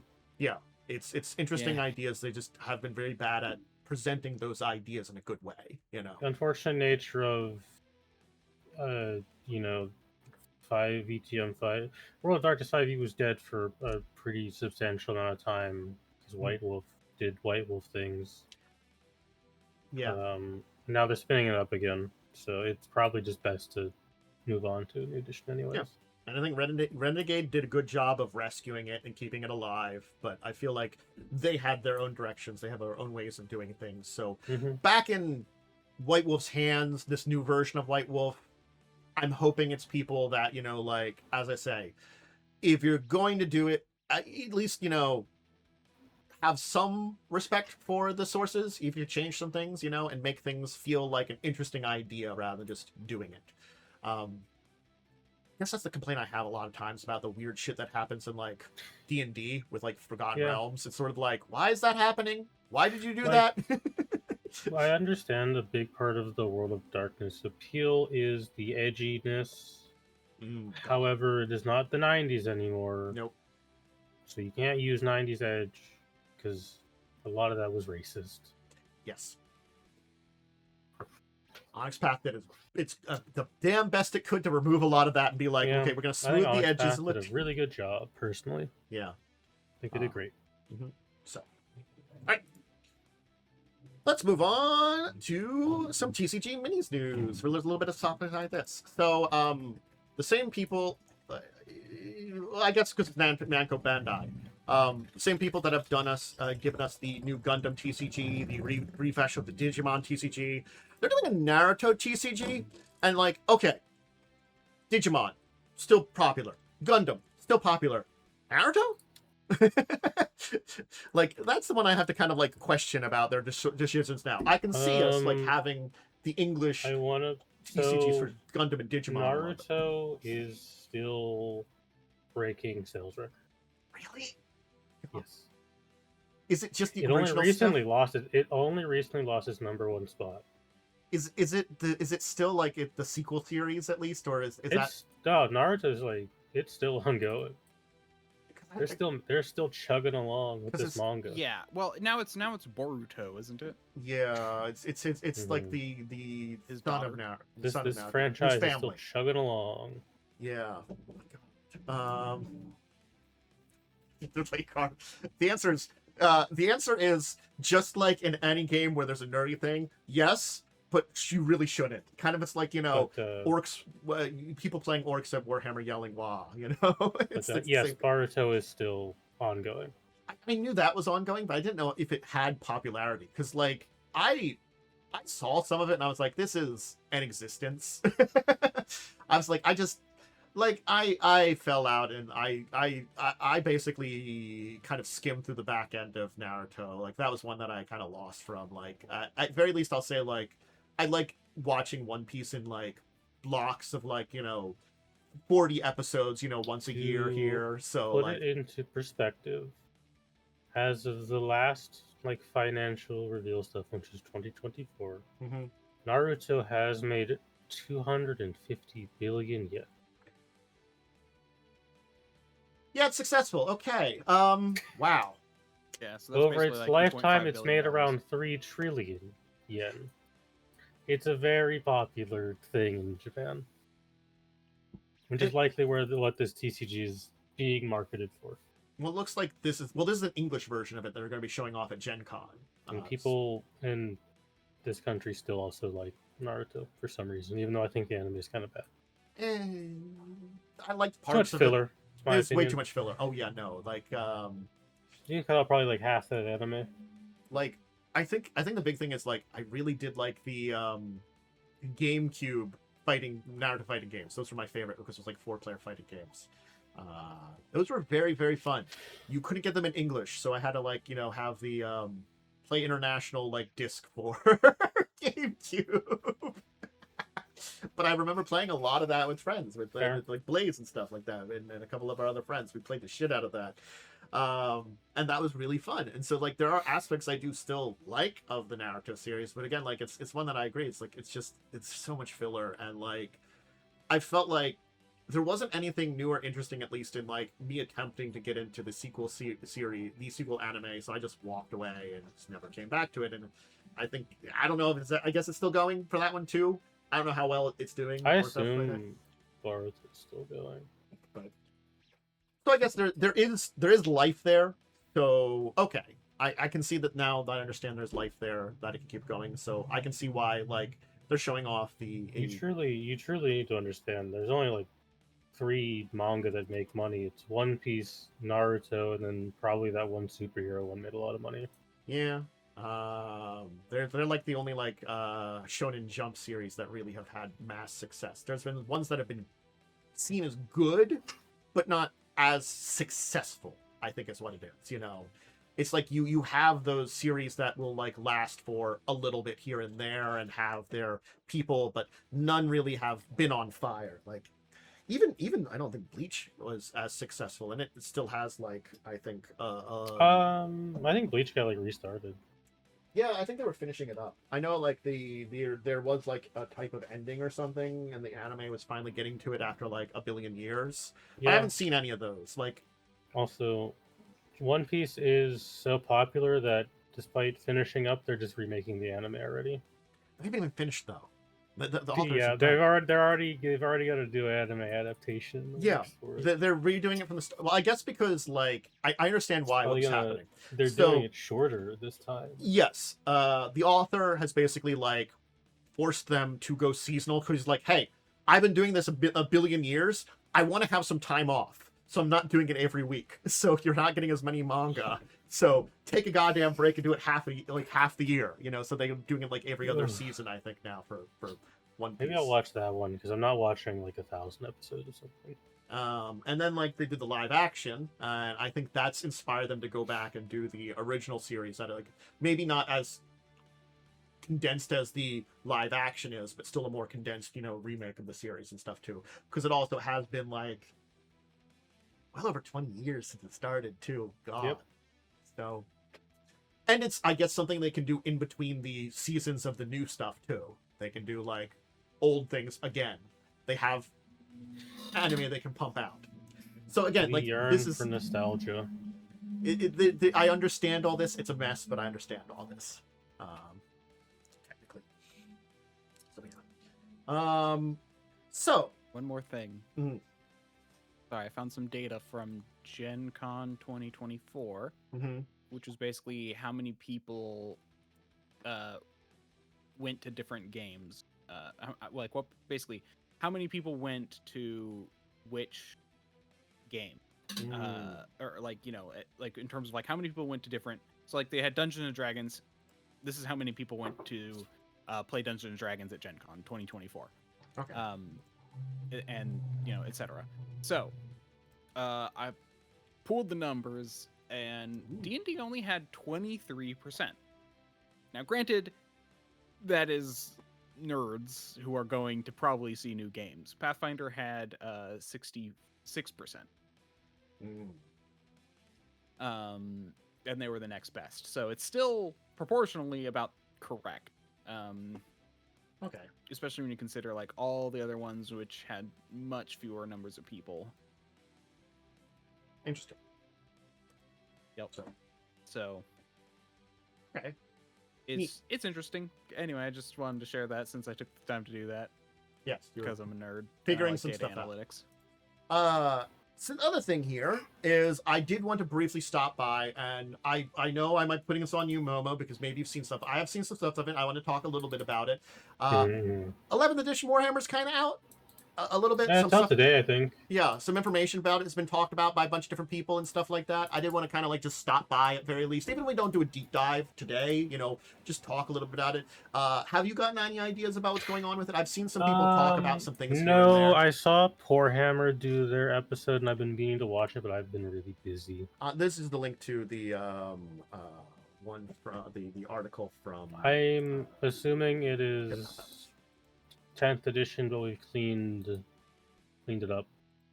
Yeah. So that's typically what, because 9th edition was just like cleaned up version of the I 8th tried edition. to go through a lot of their stuff, but it was like it's like 5 hours or something like that. So I watched. It's a lot. Of it. Yeah, and I've seen a couple of people talk about some things. If you're not interested in playing it, it's also the most boring topic you could ever listen to. Yeah, like it's the thing of like I'm not necessarily interested in playing it, but I do like hearing about the mechanical side. So there's like to a degree, you know, I don't want to get into like the weeds about it, but if you give me like a general idea about it, I'm like, that's neat, that's an interesting way. Yeah, you know, that's the kind of where I am in. That's kind of like why, like, I think I talked about at the beginning, like I've been enjoying some of those like trivia things, because as much as I don't always understand like the point values and kind of things like that, when they do little like, you know, like a Jeopardy or trivia thing based on something like that, I'm like, that's neat. I like hearing about that to a degree. Yeah, you know? like you're where most people sit with Warhammer, which is that's neat. That's some weirdos doing stuff over there. That's cool lore. Mm-hmm. And then you got the sickos who actually play the damn game. Yes. Again, like if I ever want to play Warhammer, I'd probably just buy a 3D printer and print my own. Yes, models. that's what you should do. Yes. You know, because if you're not going to official 1 3D tournaments, printer plus, I don't think it matters. You know. Yeah, 1 3D printer plus, you know, filament is probably cheaper than like half an army. Mm-hmm. Considering army is about 2,000 points. Yeah. Yeah. So it does look like there's been a bunch of like updates. I started watching some of it, and I didn't really get through it because again, like 5 hours, and I wasn't going to easily get through 5 goddamn hours. Like but I get the feeling that like it's a mixed bag for updates on stuff. It sounds like that was the kind of thing is like some of the stuff they're basically returning to like terms or keywords or stuff, but they haven't defined them well enough. Some of the places where they've updated things because they don't have those definitions, it doesn't work as well. It sounds like some of the new detachments are just worse versions of other ones they were talking about for some of them, you know. I'll make my prediction now. Mm-hmm. 11th edition is bad because it's not 10th edition, just as 10th edition is bad because it's not 9th edition, just as 9th edition is bad because it's not 8th edition. God damn it. I see how this goes. That's usually how it goes. Man. Again, I feel like it's that entire thing of it's there'll probably be some winners in the edition, but not everybody's going to win. I think 10th edition mechanically pretty good. It had some problems. There were a couple of overpowered things. Okay. The problem with 10th edition, it had zero narrative structure to it, as in all the narrative fluff was sucked out of it to be a pure mechanic system. It was too streamlined, and I found that a little boring because you just tend to play the same stuff every time. Oh, I think the one aspect that they explained, which I did want to talk about because it was really interesting, was the, I guess, detachments with point values and having like different win conditions. That was fascinating because like that is from 9th edition, I think. Okay. So so there's 2 levels of ideas. It's like, first off, you have like, if you're doing a standard point game, which I think is 2,000, is that standard? Yeah, usually. You get 3 points of detachments, and each detachment either has 1, 2, or 3 costs. So like if you get a 3-point detachment, that's your 1 rule. But if you have like a 2 and a 1 or 3 1s, those are your rules. But like 1s are probably very specific for certain types of units. So it might be like, it won't be all your units in your army, kind of thing like that. While, you know, 2s are a little more generalized, while 3s are very powerful, I guess is how it's supposed to go. And then each of those presents ways of winning. And the only thing that I said, like people were saying, because I haven't tested it out, is how you determine which of your win conditions you're using if you have multiple detachments. You know, that's kind of interesting. But it does provide like different ways of possibly. See, these are interesting concepts that feels like more than just shoot each other and kill each other. It's really, when you look at it, it's really cool. However, it is the single most boring thing to talk about. Yeah, it's like just mentioning the overall way it works seems interesting. Actually getting into the weeds, kind of boring. A little bit, yeah, isn't it? Yeah, I can see that. Just imagine what it was like back in the day when there was like facing rules. and narrative rules that were like stupid. Look, I can recall back in the day, my only experience with facing rules that was really heavy into facing rules was goddamn that one time I played for like 2 sessions some Mech Warrior. But it was Mech Warrior, the RPG, where when you went into battle, you were using like Mech Warrior, the miniatures rules kind of like that. It was that weird hybridization between it. So it was like someone had like a big board where you had your mechs on it for fighting it out, and it was like you had to worry about all the goddamn facing, and it was like nightmares of that. I know there's other games where I've heard about facing, but just that's the actual back in the day. experience. You used to have to roll scatter rules if you would teleport your Terminators, and there was like a 30% chance your dude ends up in a wall and is immediately dead. Yep. And that's funny. That's good storytelling. However, this is a game. It's good storytelling. It's not fun to play. It's very frustrating when your tank or your transport hits a pothole and explodes. Yeah, that makes sense. I can see that being a problem.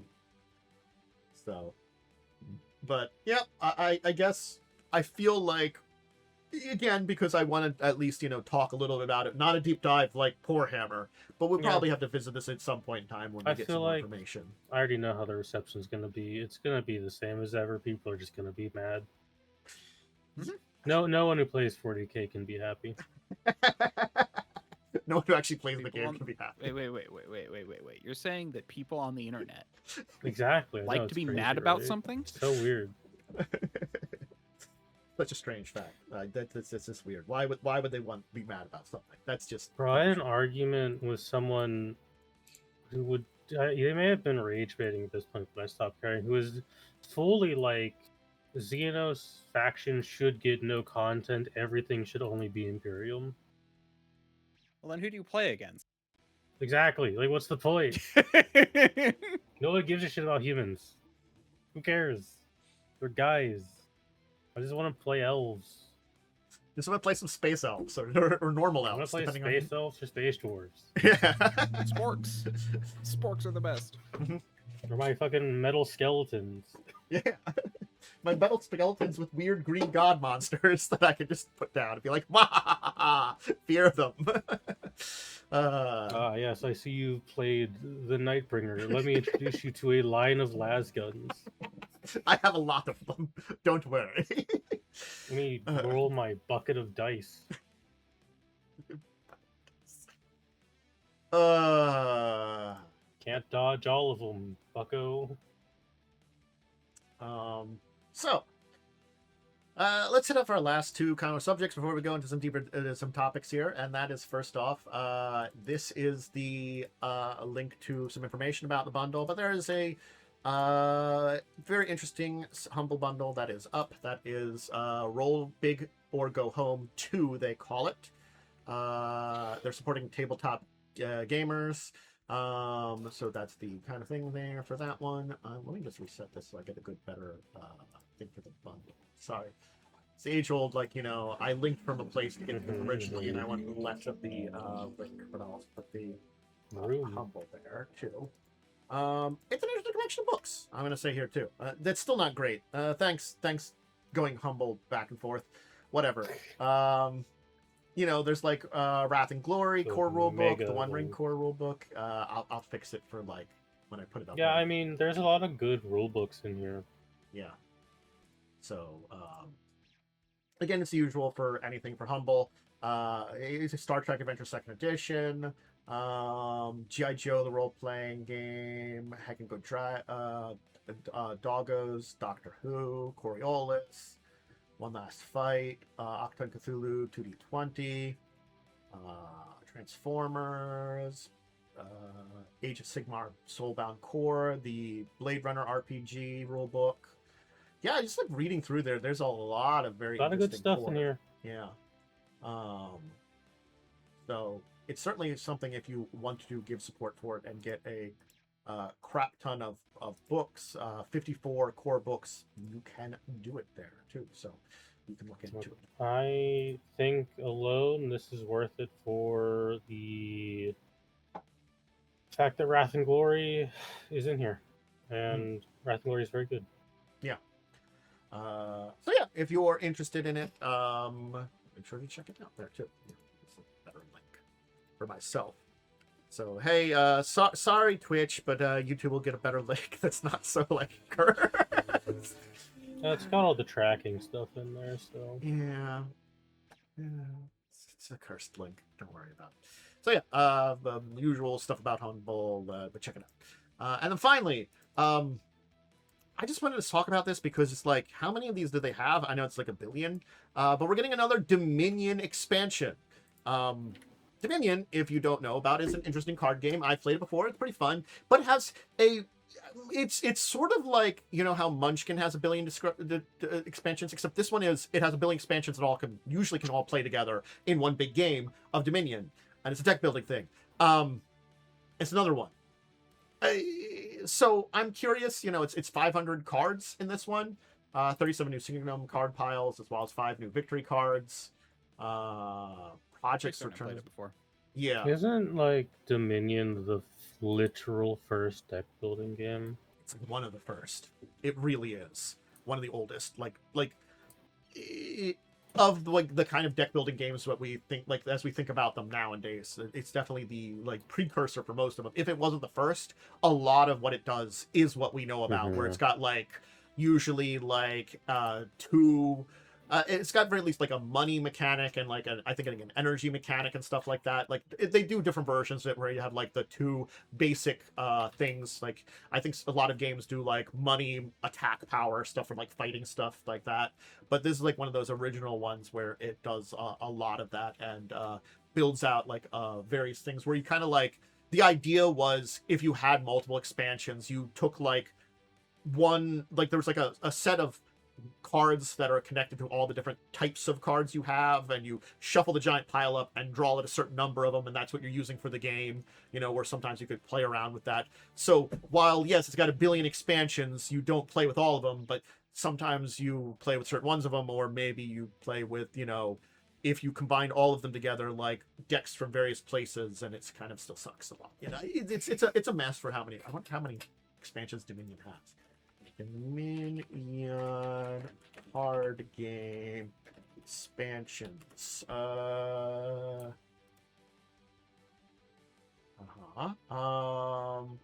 God. Came out 2008 for the original one. Second edition came out 2016. I used to play the StarCraft deck building board game a lot.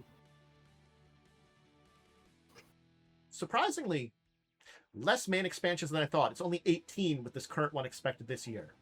That's not that bad. No, but again, the each game one and expansions feature over 4,000 individual cards. That's why it sucks, fine. because it's adding this was adding 500.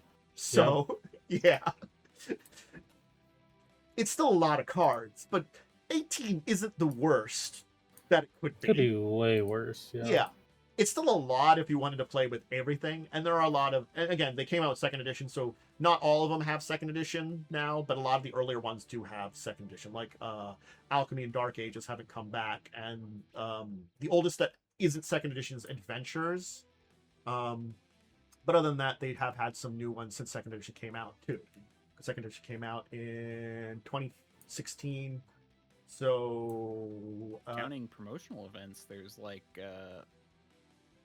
28. Yeah. So it looks like the only 2 that came out before second edition were Adventures or Empires. So by the time we got to Nocturne and beyond, those are second edition versions of stuff because they've already updated it too. So those are things to keep in mind if you're looking into them. But yeah, so it's a lot of expansions. It's a lot of different sets.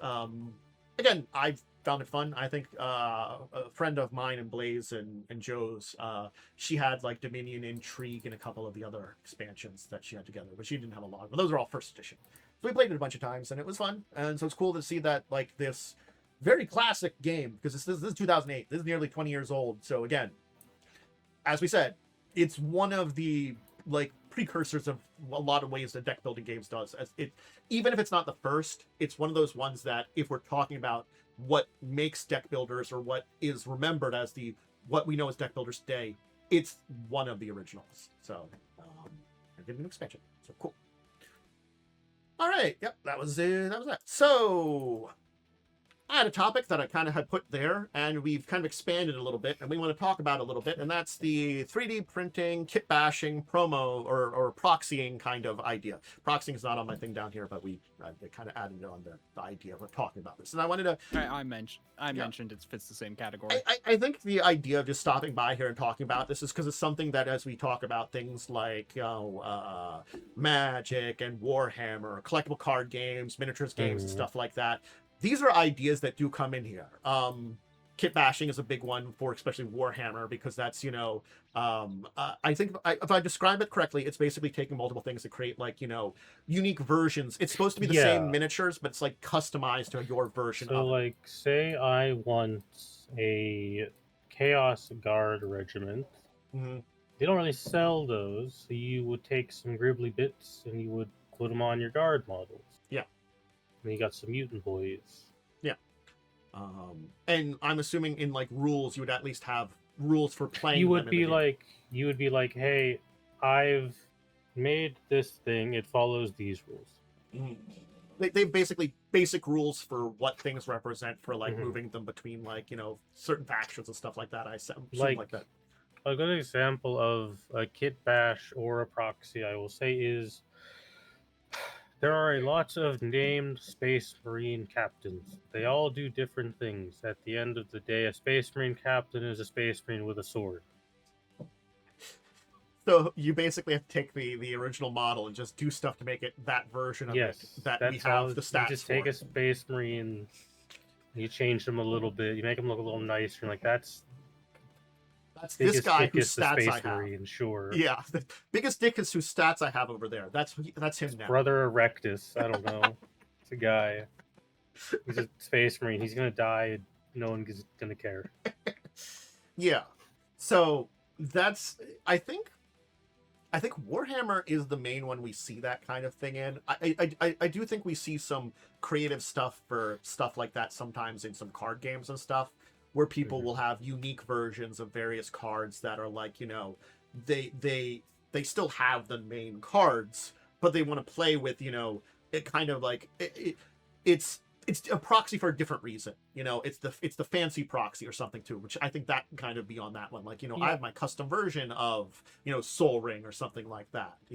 I still have a Soul Ring over there, but I'm playing with my custom one for this entire thing, That's a thing I think you sometimes see too. But then we get into, especially I guess with a lot, certain games, I guess, again, like, Warhammer, I guess, do they encourage 3D printing for stuff for their official games? So, no. In official stuff, you are not allowed to 3D print anything. Okay. It all has to be official models. But if you were playing casually, you definitely could. If you're playing casually, no one is going to bat an eye if you 3D print something. In fact, I would say if you want nice looking stuff, it's almost required because face sculpting in 40K is still quite bad. So, and if you like, there are a lot of guard regiments. I'm going to use guard as an example because there are thousands of guard regiments. Yeah. All of them very unique in their art. Games Workshop only sells Cadians, Krieg. They used to sell Catachan. I don't think they do that anymore. They're going to start selling Steel Legion. That's 4. So if you want a cooler looking regiment, like my favorite regiment is the Taularn Desert Raiders. They do not sell models of them. Ooh, I learned about them. I would have to 3D print them. Yeah. Yeah, so I can see that's kind of like an interesting thing if you want to kind of play with the community. Very much encourages you to be creative with your stuff. Games Workshop is a company that has to make money, and because they have to protect their copyright, they have to be like, hey, don't do that. So it's sort of it's that weird juxtaposition of like, if you're just playing casualty, you're gonna do that. And I think that's the same kind of like with a lot of proxies and stuff too. And I will state this: if you are playing Warhammer, there's a good chance you will, 1, never qualify for an official tournament, or 2, ever have the desire to go to one. Yeah, I can see that too, though, because it's like it's a thing where a lot of people are being very exact in a lot of builds and like have spent a lot of money and time. It's a level of play people simply do not possess. Interesting. That's definitely a very interesting direction. That's just that level of play too. It's that thing of like, I feel like that's that's an interesting kind of direction for Warhammer as a game, where like I certainly can say like at the big tournaments you would never see someone, you will very rarely see someone for like Magic or something, but certainly speaking, like there's a lot of smaller or lower tournaments that like I could probably throw together a deck and maybe get into if I really wanted to. I think that's kind of, I feel like a difference between that, like, you know, that lower level on the more casual versus the more upwards for like tournament stuff. Now, granted, yes, if I'm going to tournament stuff again, I probably can't proxy stuff for Magic and stuff, and that could be expensive too, depending on the decks and stuff. You know, could still be messed. Qualifying for a grand tournament in Warhammer is very difficult. Interesting. It's also very, very time consuming. Yeah. And in general, it kind of sucks because it's a lot of people in a single space. It gets hot, it gets stinky. Yeah. It gets very heated. I mean, I understand this. You know, it's like conventions. You know, you go there and you hope to not hang around certain places in the convention because of people. People. Fresh. So yeah. So I think then that it comes down to like every game is a little different with how they put forth things. You know. Especially like, you know, the casual versus tournament side of things.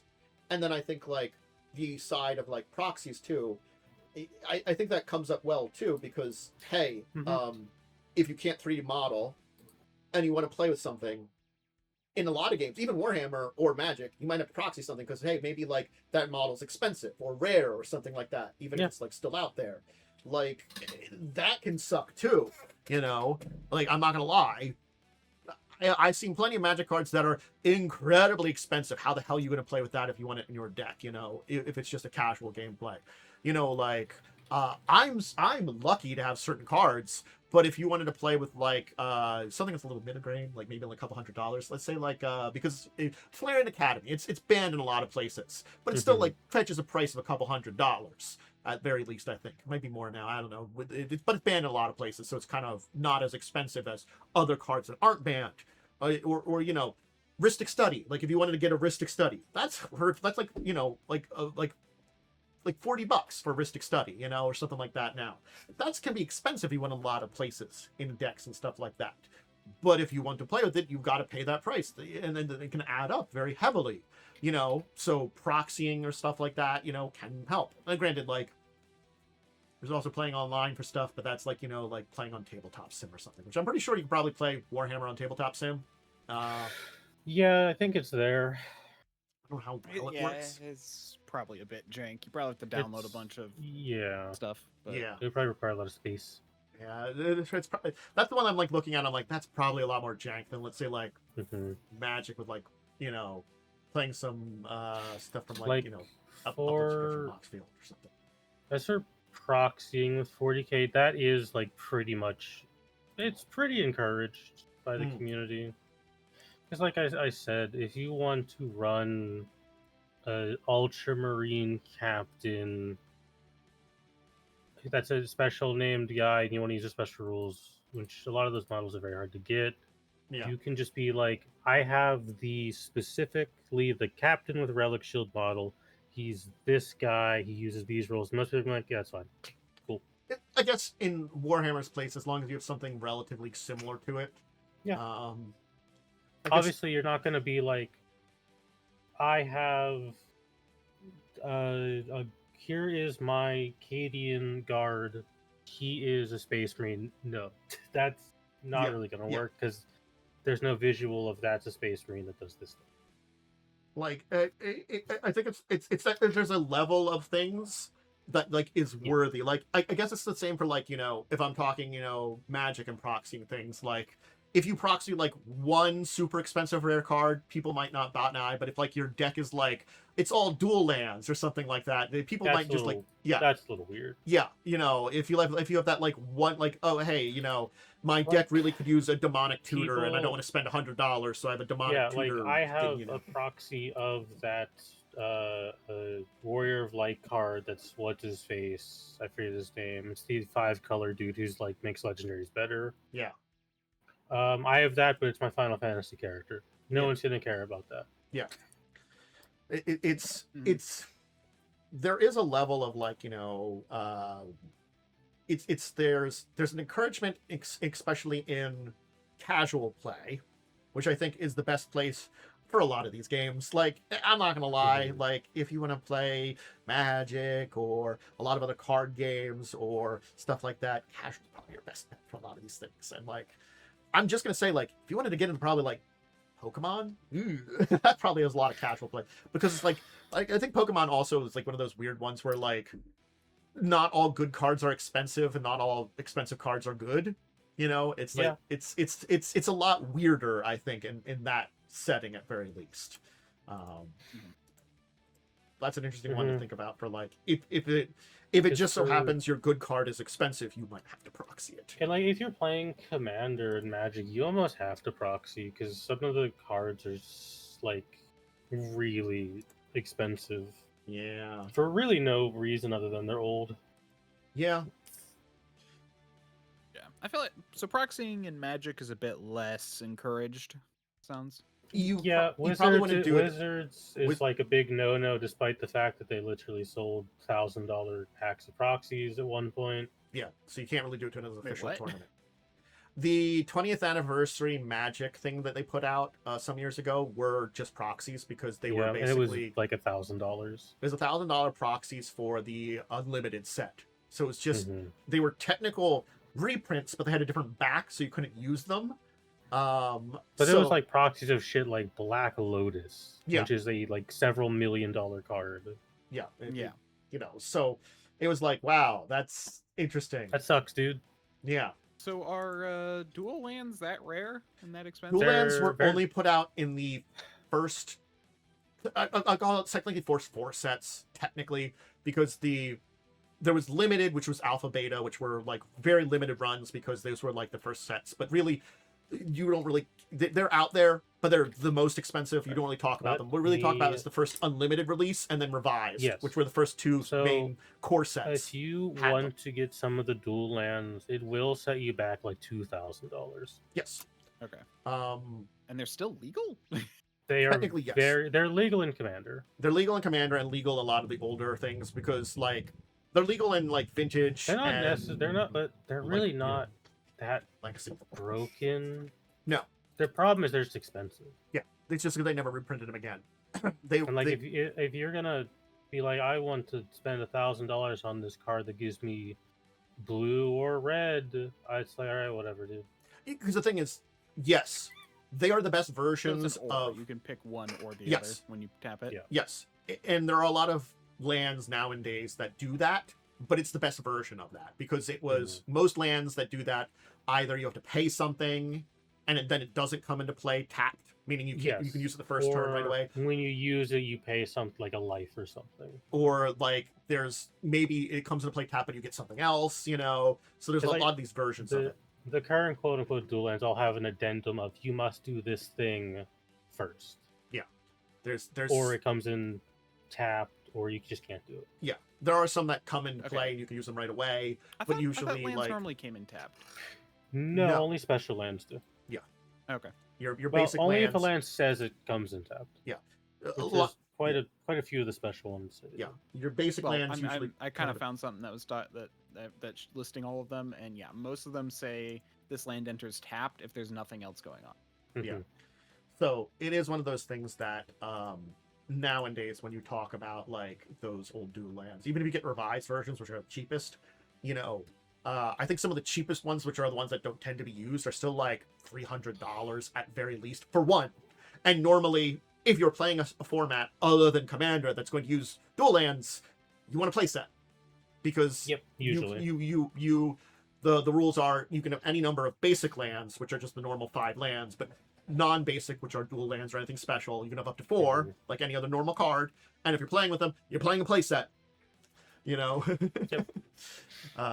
So it's an interesting kind of like mess of things that, you know, you reasonably, you're either just going to play with something else in a deck, or maybe like proxy one rare card or something like that, or a couple of super rare cards, you know.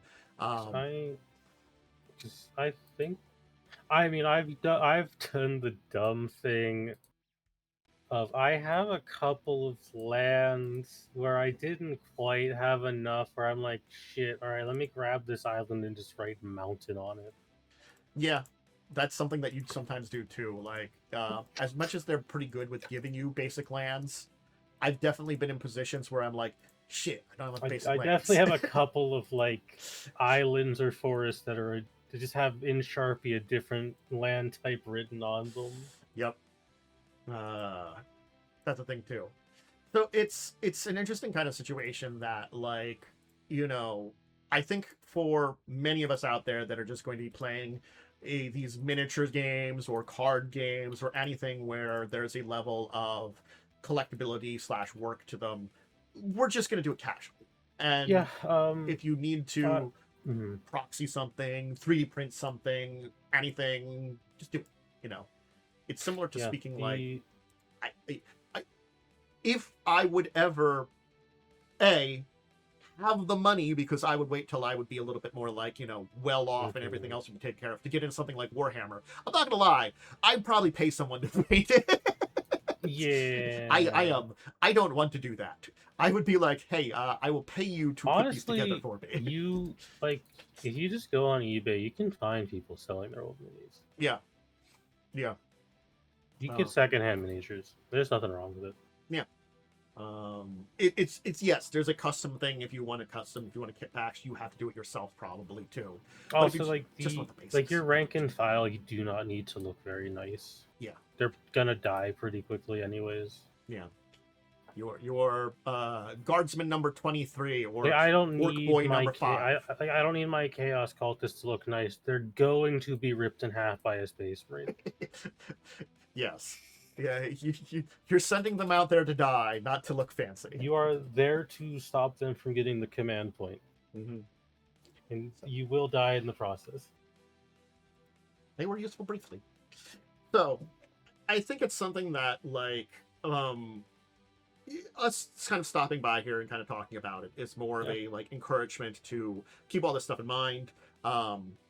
We talk about a lot of these games and stuff all the time, and, you know, talking about the fact that you want to, you know, do this to proxy something, to 3D print it, to, you know, kit bash or something like that. Any directions of these things of like alterations, go ahead and do it. You know, there are places for it. Yes, if you're going to a lot more of the official things, you might not be able to, and then you'll have to worry about stuff. But if you're just going out there and having goddamn fun, go out there and have goddamn fun.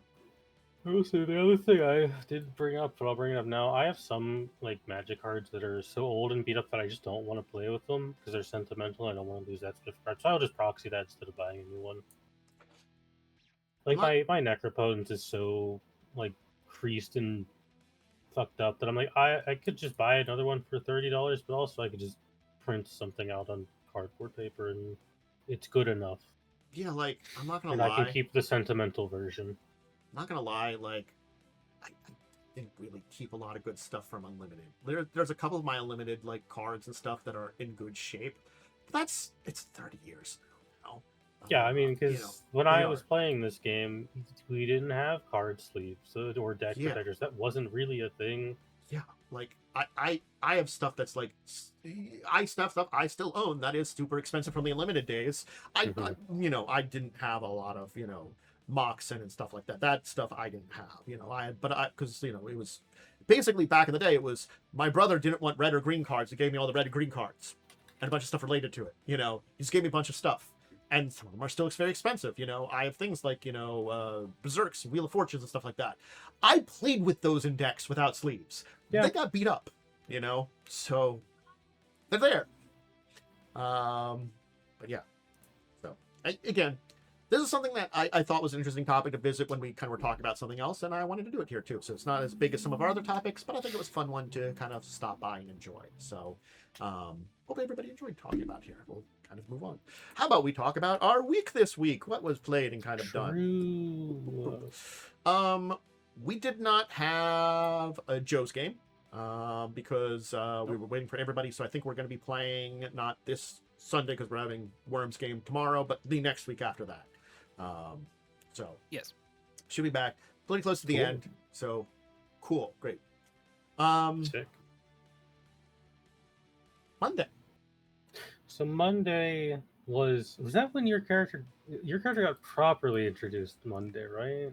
This is my second so week, one is... but it was definitely like one of those ones that's I was still a little like out of it because I've been kind of like, because you like existed in a session, but you also didn't do much like talking. Yeah, because it was like we were fighting a bunch of undead. It was like more finishing up that mission and stuff like this. This was a good opportunity. We learned that you're some kind of steampunk archaeologist person. Yes, who definitely obeyed the rules and didn't go into places that she shouldn't have to acquire. You got abducted by aliens. I did. I'm like, I was checking out a tomb somewhere, and then all of a sudden I'm here. What the hell happened in between there? I don't remember. Everything's just a little bit weird. Yeah, I got kidnapped by aliens, apparently. Yeah, we got paid. We made a bunch of money. Maybe I don't really have a concept for if that was a good amount of money or not. Look, I'm not gonna lie. I probably don't either. I'm probably just like, ooh, buying some stuff. This is neat. We went to a Denny's in space. Oh, wait, no, it was a Chili's. We went to Space Chili's. Yeah. I enjoyed going to Space Chili's. It was a good time. Yeah. It's kind of a downtime session. Yeah. My character found out that people are really into tall women. There's a lot of stuff going on that, like, I'm goofy. Sure... You just kind of got dropped in a group of freaks. No, but the thing is, like, I'm a little weird too, but I just don't know anything about anybody, so I'm just like slowly learning about it. It's sort of like, so what's going on with all these people and stuff, I definitely have to pick up what's welcome to the Club of Amnesiacs. Please enjoy your stay. Yeah.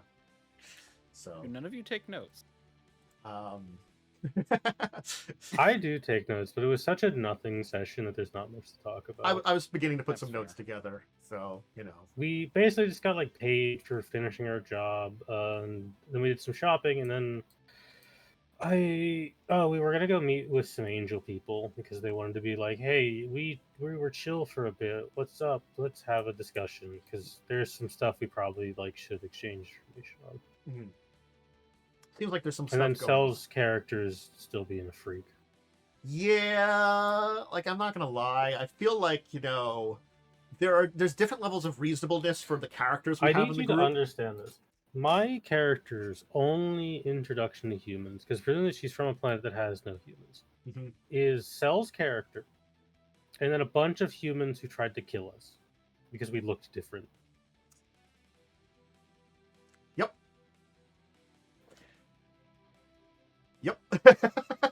Man. So you can maybe understand why my character doesn't like humans. Mm-hmm. I can see that. Not a good introduction. Mm-hmm. So, I think it'll be interesting to see how things develop. Definitely. Oh yeah, definitely. It's nice to have maybe another voice of reason in the party. I will be reasonable, probably to outweigh Cell's chaos. Look, I'm not gonna lie. I'm probably gonna be reasonable 66% of the time at least. That's maybe fine. More. It's gonna depend on what's going on. If the idea of like, I'm probably gonna be a little more extreme on like knowledge, looting stuff. In the name of science. Yeah. I have declaimed this in the name of science. Sure, do not worry.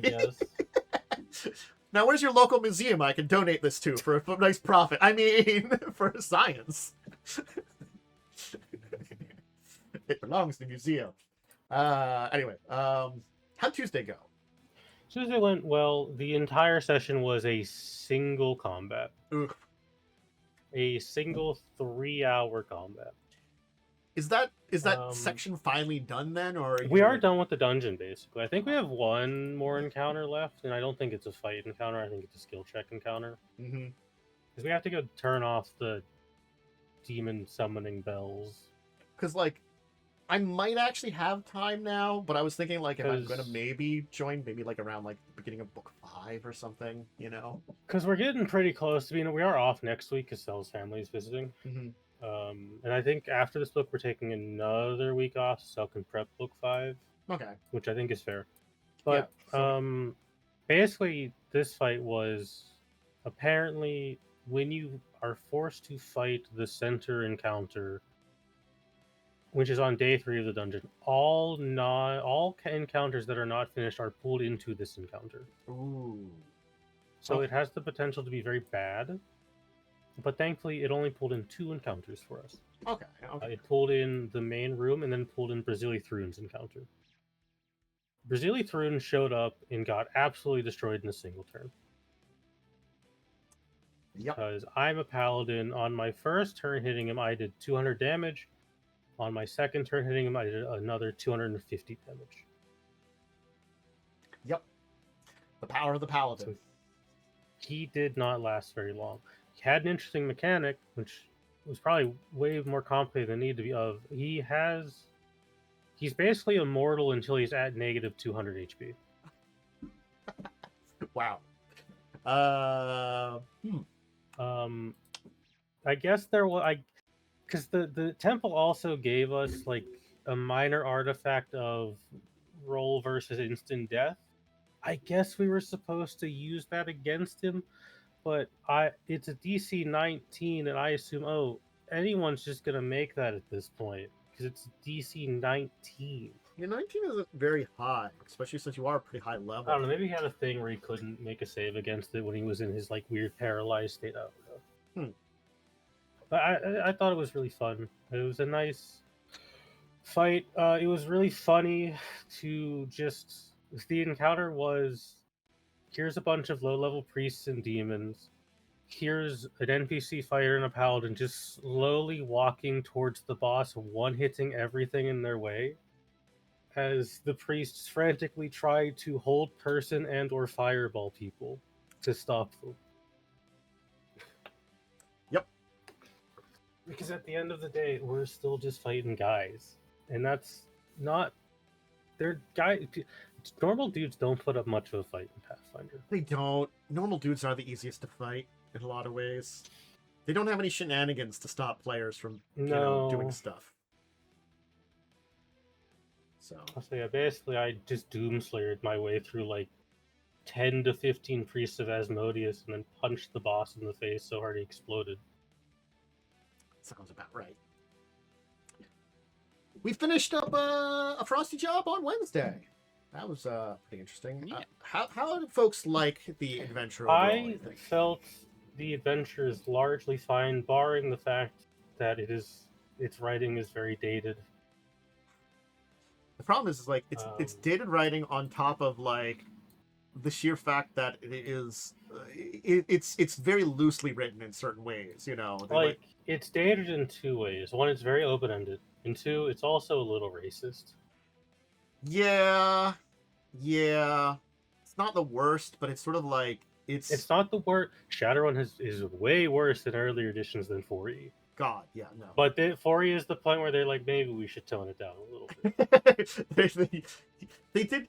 By the time we get to like 5th and 6th, they're pretty good at like balancing things out. But it still is like you're a couple steps away from that. Because I didn't vocalize it, but my initial reaction to going to this place in the AP presenting a very real culture group as like kind of the full antagonist, like, why'd you write that one?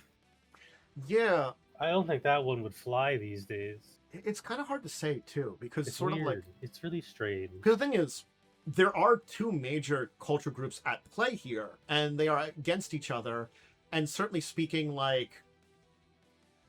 It doesn't do a good job of establishing that the area boys aren't the Igbo. That's the problem. Yes. Because they present the area boys are a gang within the culture. Yes.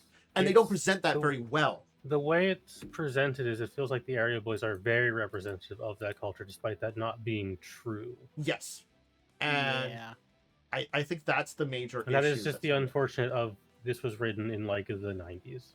there probably are ways to do that, to establish that, but they don't do a good job throughout the thing, because you unfortunately end up running into the area boys repeatedly over the course of the adventure. By the behest of this one character specifically. Well, the extra, that you do anyway, like, when you enter certain areas, like, generally speaking, like, they kind of have like direct influence and control in certain areas of the city too, and like they are a major player. It's just sort of like, it's what's supposed to be displayed as like, it's the Igbo culture is a very like conservative culture, and has beliefs that probably in our version of modern culture wouldn't be looked on very well. They do treat, women very badly overall. Yeah.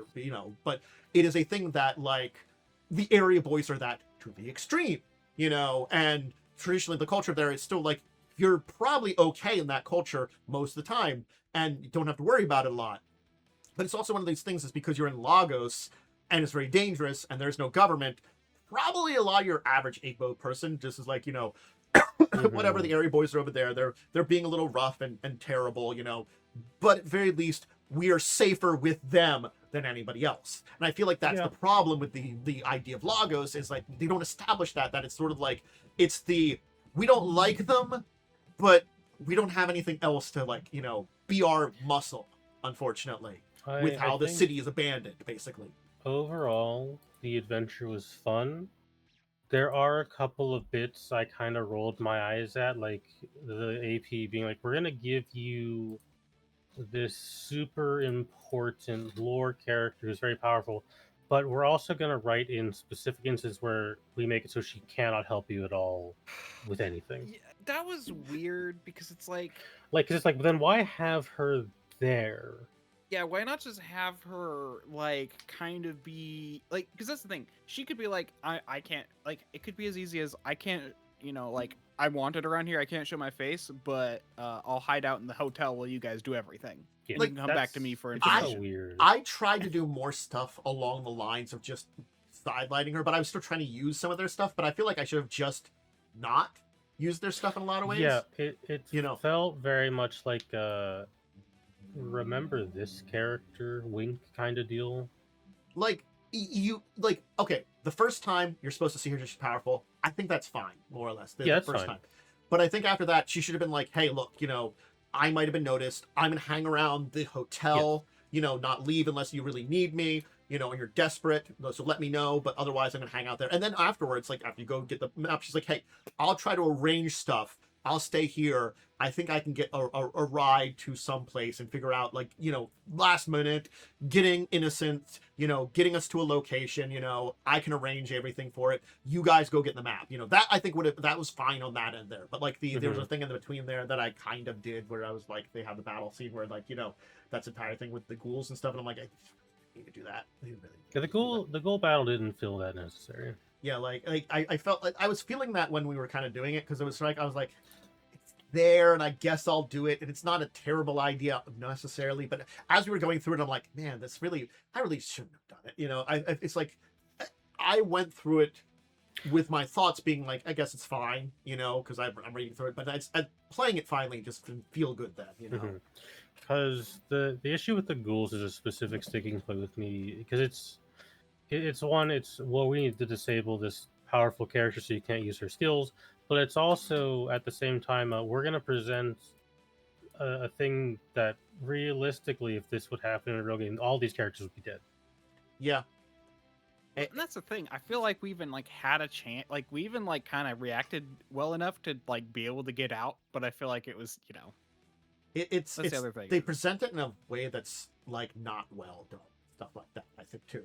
Or maybe like presenting that you could escape or something, or run away, or I don't know. Like I think if I'd thought deeper about it, I could have presented a lot more stuff with it, or given more options. Yeah, it's not even on you. It's just on the writing. Yeah, because it's like again, it's that thing of like there's writing, but sometimes not enough writing, and I feel like for this one it needed a little bit more development. Because here's the thing that you guys didn't know.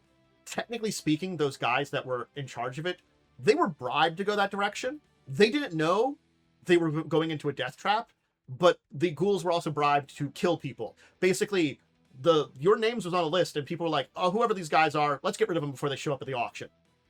So that was happening with Right. other people. Needlessly convoluted. It was needlessly convoluted. That's the original way. I basically just said, like, they took a shortcut that was stupid and got themselves in trouble. Like, I removed that and didn't talk about that at all. But that's the way it's originally presented, you know? And I'm like, whatever, fine. We just have the ghoul encounter without the convoluted part about it. These guys can just be outside idiots. of those two instances, I didn't really have too much of a problem. I agree. I've also just played a lot of Shadow and I know that the adventures are not the best written most of the time.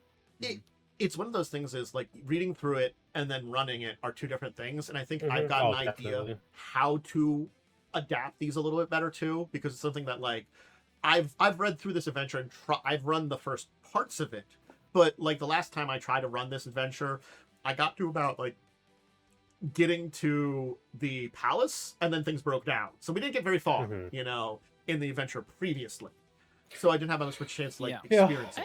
I actually saw a video about breaking down something you get from like breaking down a module into beats, story beats. Maybe I should send you the video. But yeah, it's basically just like if you break it down into beats, you can better analyze kind of like how it's actually going to flow. That makes sense. And like but yeah, so because basically it's like, you know, if your players have no control the entire time, that's bad. If your players have, you know, too much control the entire time, that's also bad. You know, and it's like, and so you want to balance it, and it's just kind of like you kind of try to do that with the ghoul scene, but it's all like it was very obvious when it hit the end that it's like, oh, none of this mattered, and that was the problem. Yeah, that was one of those ones where the way it was set up was very hard for me to open it up to you guys, because like there's a lot of things that you guys did things in very different directions. You know, like, yes, you went the direction of the game to go to the brothel, but the entire thing with the brothel was really just you guys completely with it, you know, and there's a lot of like aspects to that were just on you. And I gotta be honest, like, I really enjoyed the skill challenge chase a lot more when we switched to that than the actual chase rules and stuff like that. Well, I enjoyed it more. I don't think it was perfect, but I think it would have been fine if Ari and Naomi were swapped places. Because Ari could have left to come help versus me, who had to sit in a van and do nothing for 2 hours. Yeah, but the problem with that though was that like we wanted a driver on each side because we thought that would be important, but it ended up kind of not really. Fair. Well, again, like, it did, yeah. But having a van driver ended up important. Yeah, when we got to the point in time post the shit on the bridge, I think that's where everything kind of came together a little bit better. You know that. Yeah, and I feel like that was a bit of a GMing mistake. Yeah, where like I switched gears on how things were being run for it, and it worked a lot better at that point in time.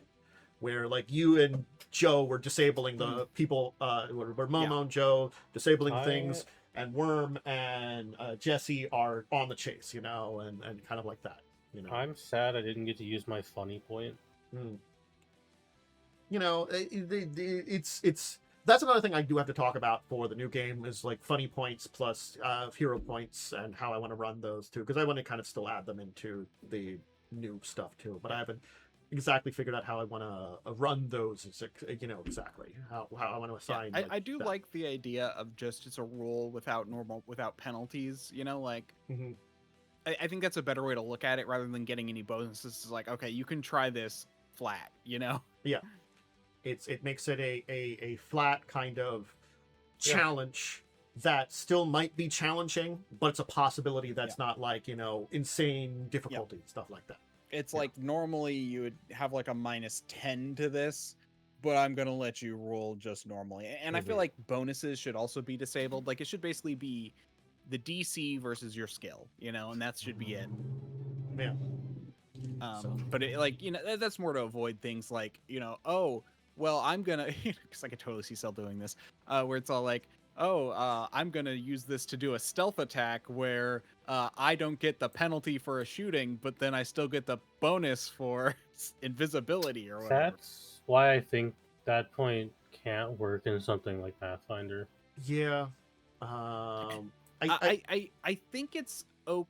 You just have to GM it. Like I feel like that's just very much like you need to explain the point and be able to say no.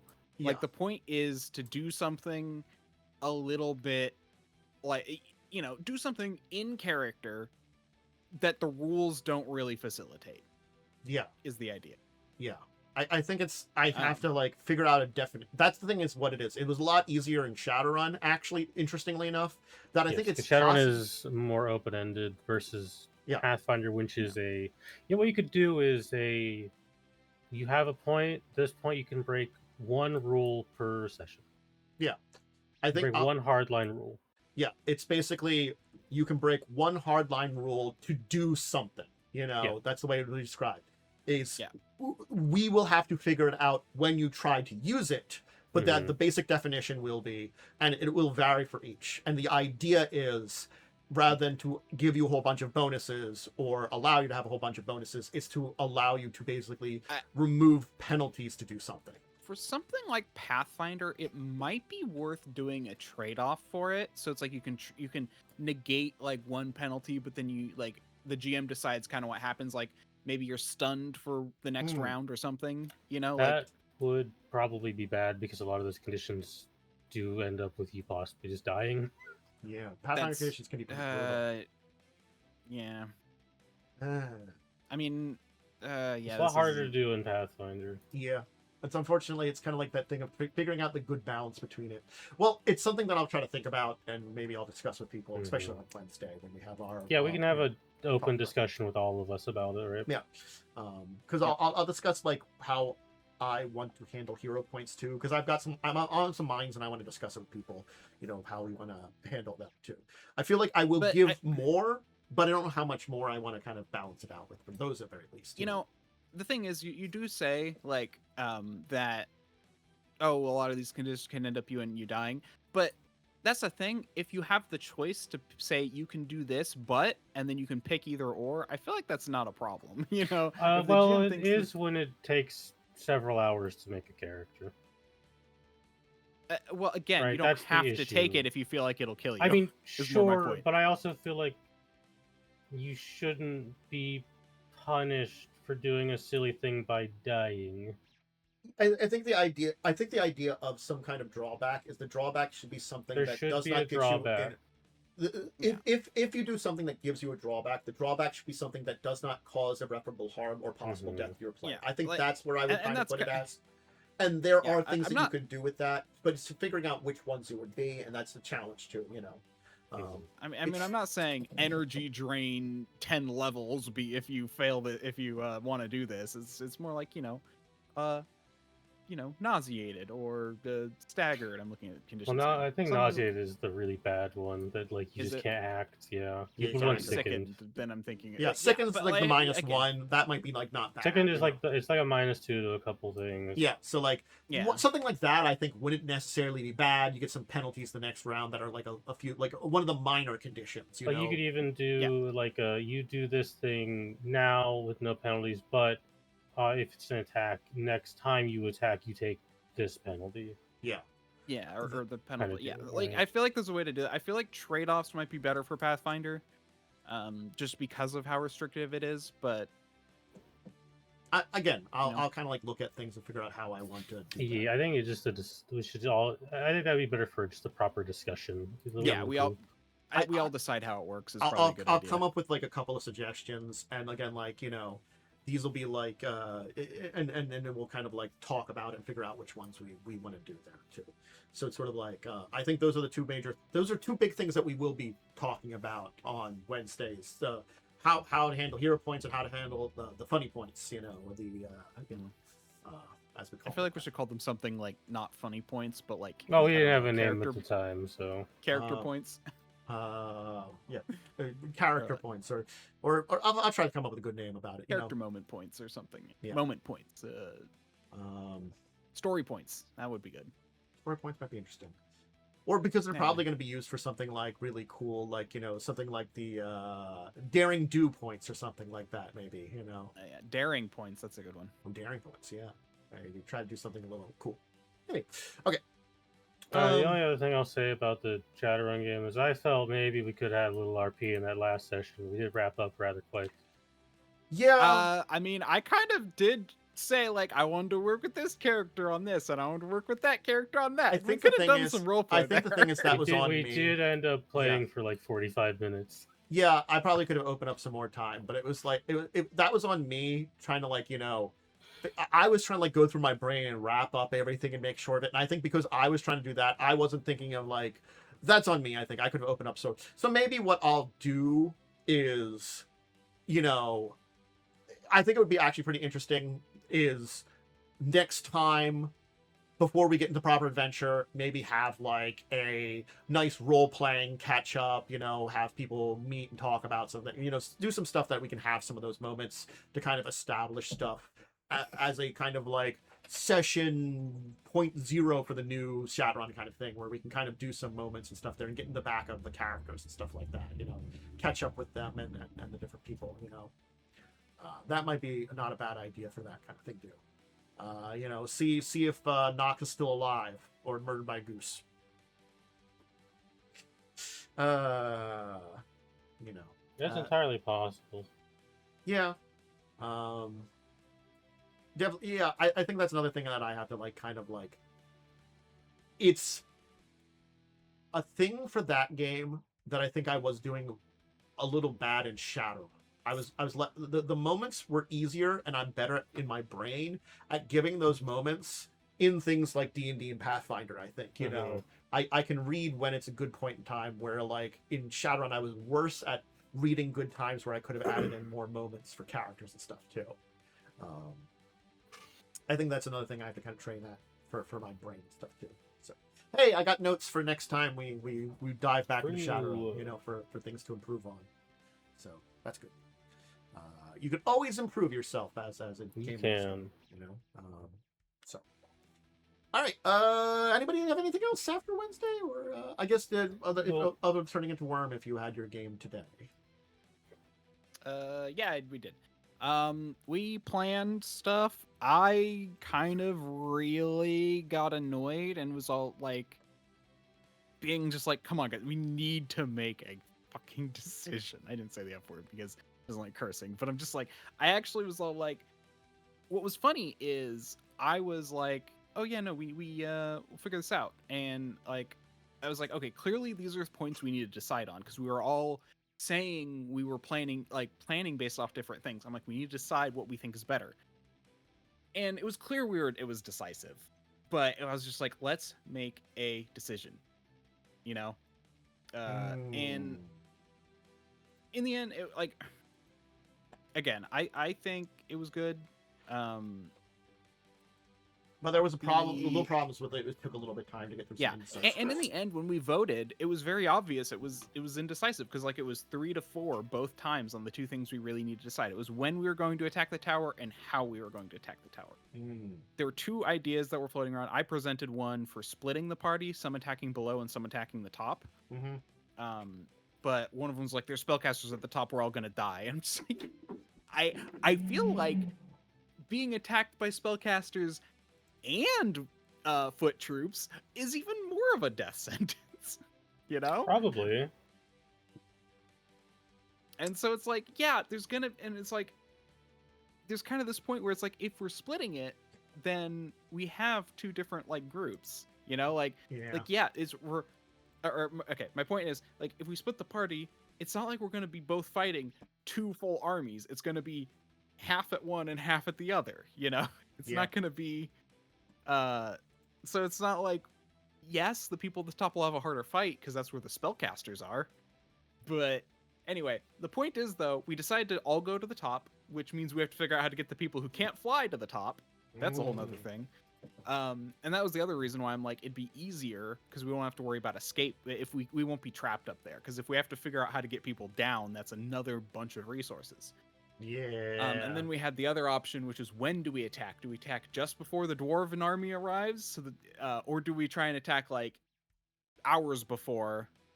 And people for almost wanted, and we were just so split on that. Although I find it funny that we're split on that after deciding to all go to the top, because the idea of we all go to the top and then have to stay there for a few hours is like, okay, the splitting one made sense for that. Anyway, it was a whole thing. Anyway, but we're staying at the top and we're attacking right before the dwarves. But it took us a surprising amount of time to get to that point, and I was like, we need a vote. We need a vote. Let's just vote.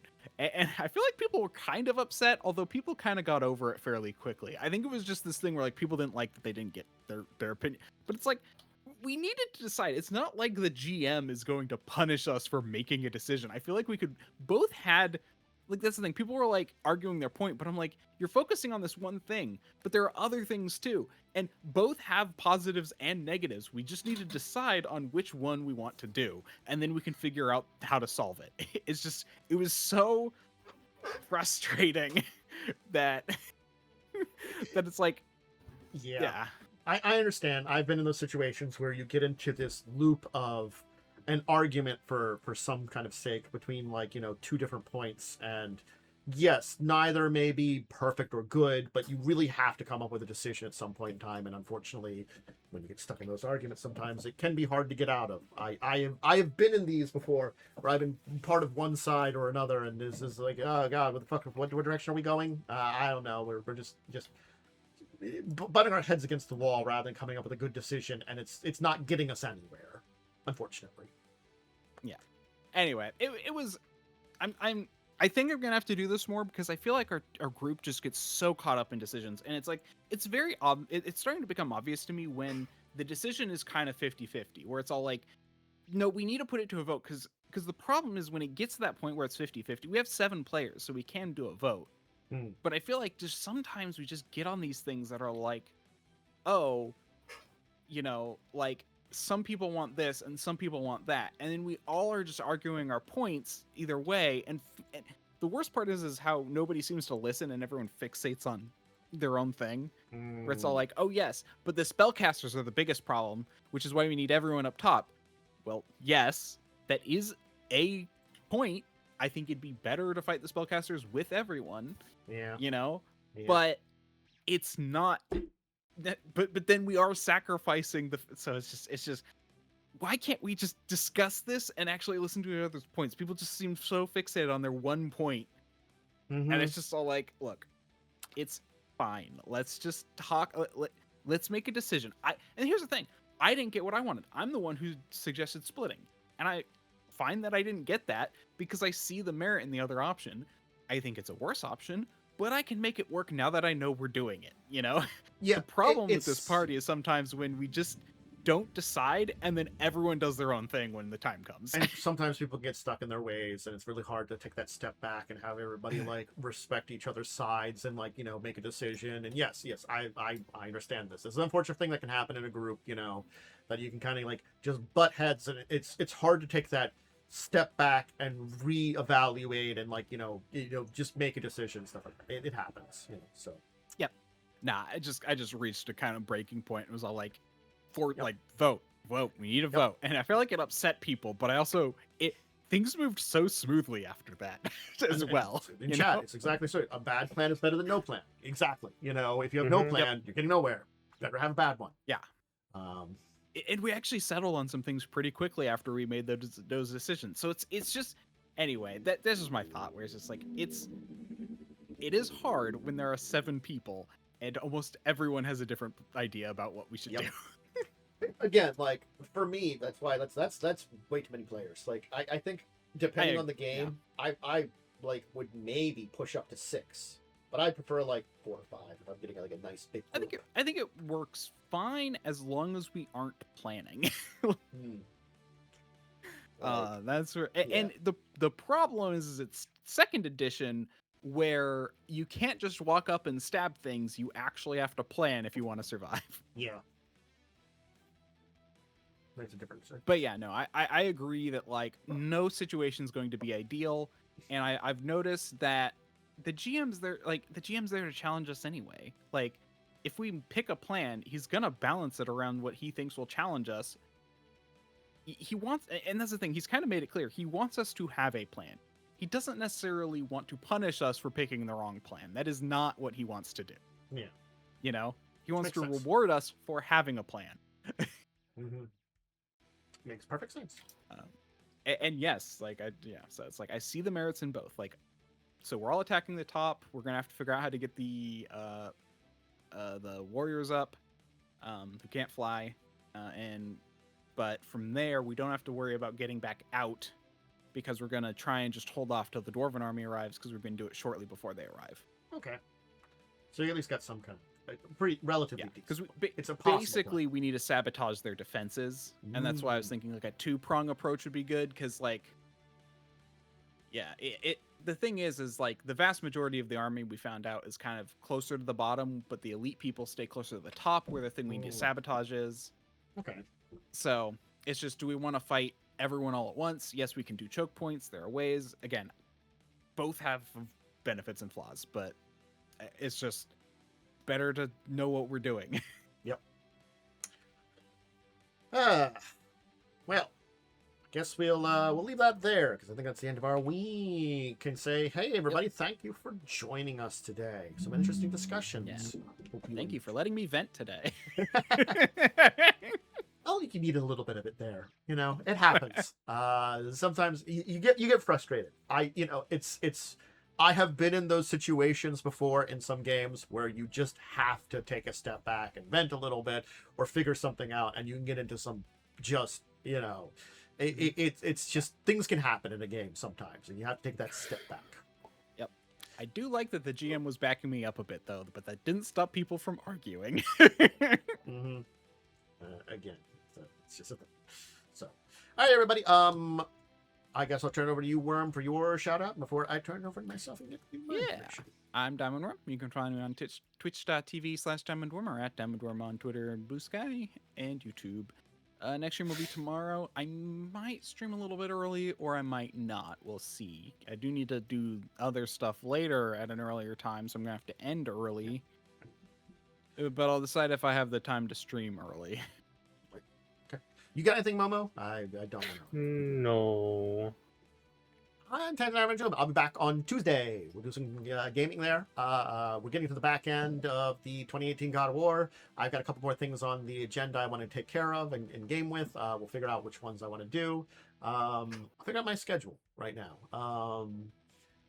It's an entire thing. Still figuring out my schedule. Working on it. Figuring out what's a good time for everything. And hey, you know what? That's the way it is. I hopefully this will be a good week to start doing that. We'll see. But yeah, back then, off on Wednesday evening this week, we're going to be doing a kind of off stream, get everything together, kind of session kind of thing like that with the players. But in 2 weeks' time, 2 Wednesdays' time, we'll be back for the start of the new Pathfinder adventure, which I hope everybody will be ready for, the Shadows of Thassalon, and our first adventure, which will be a Song of Wrath and Teeth. So that'll be fun. I do have to put some things together for that, so I'll work on that. And anything else in the shout out then? No, make sure to join next week, where hopefully either one or both of these fine fellows will be able to join me once more. Thank you again, Worm and Momo. And yeah, I should be back next Saturday at 6. And then otherwise, yeah, check out stuff and see everybody, the links in the various places and support in the various places. And anyway, all right, everybody, have a great rest of your weekend, and I'll say so long, farewell, goodbye, good night.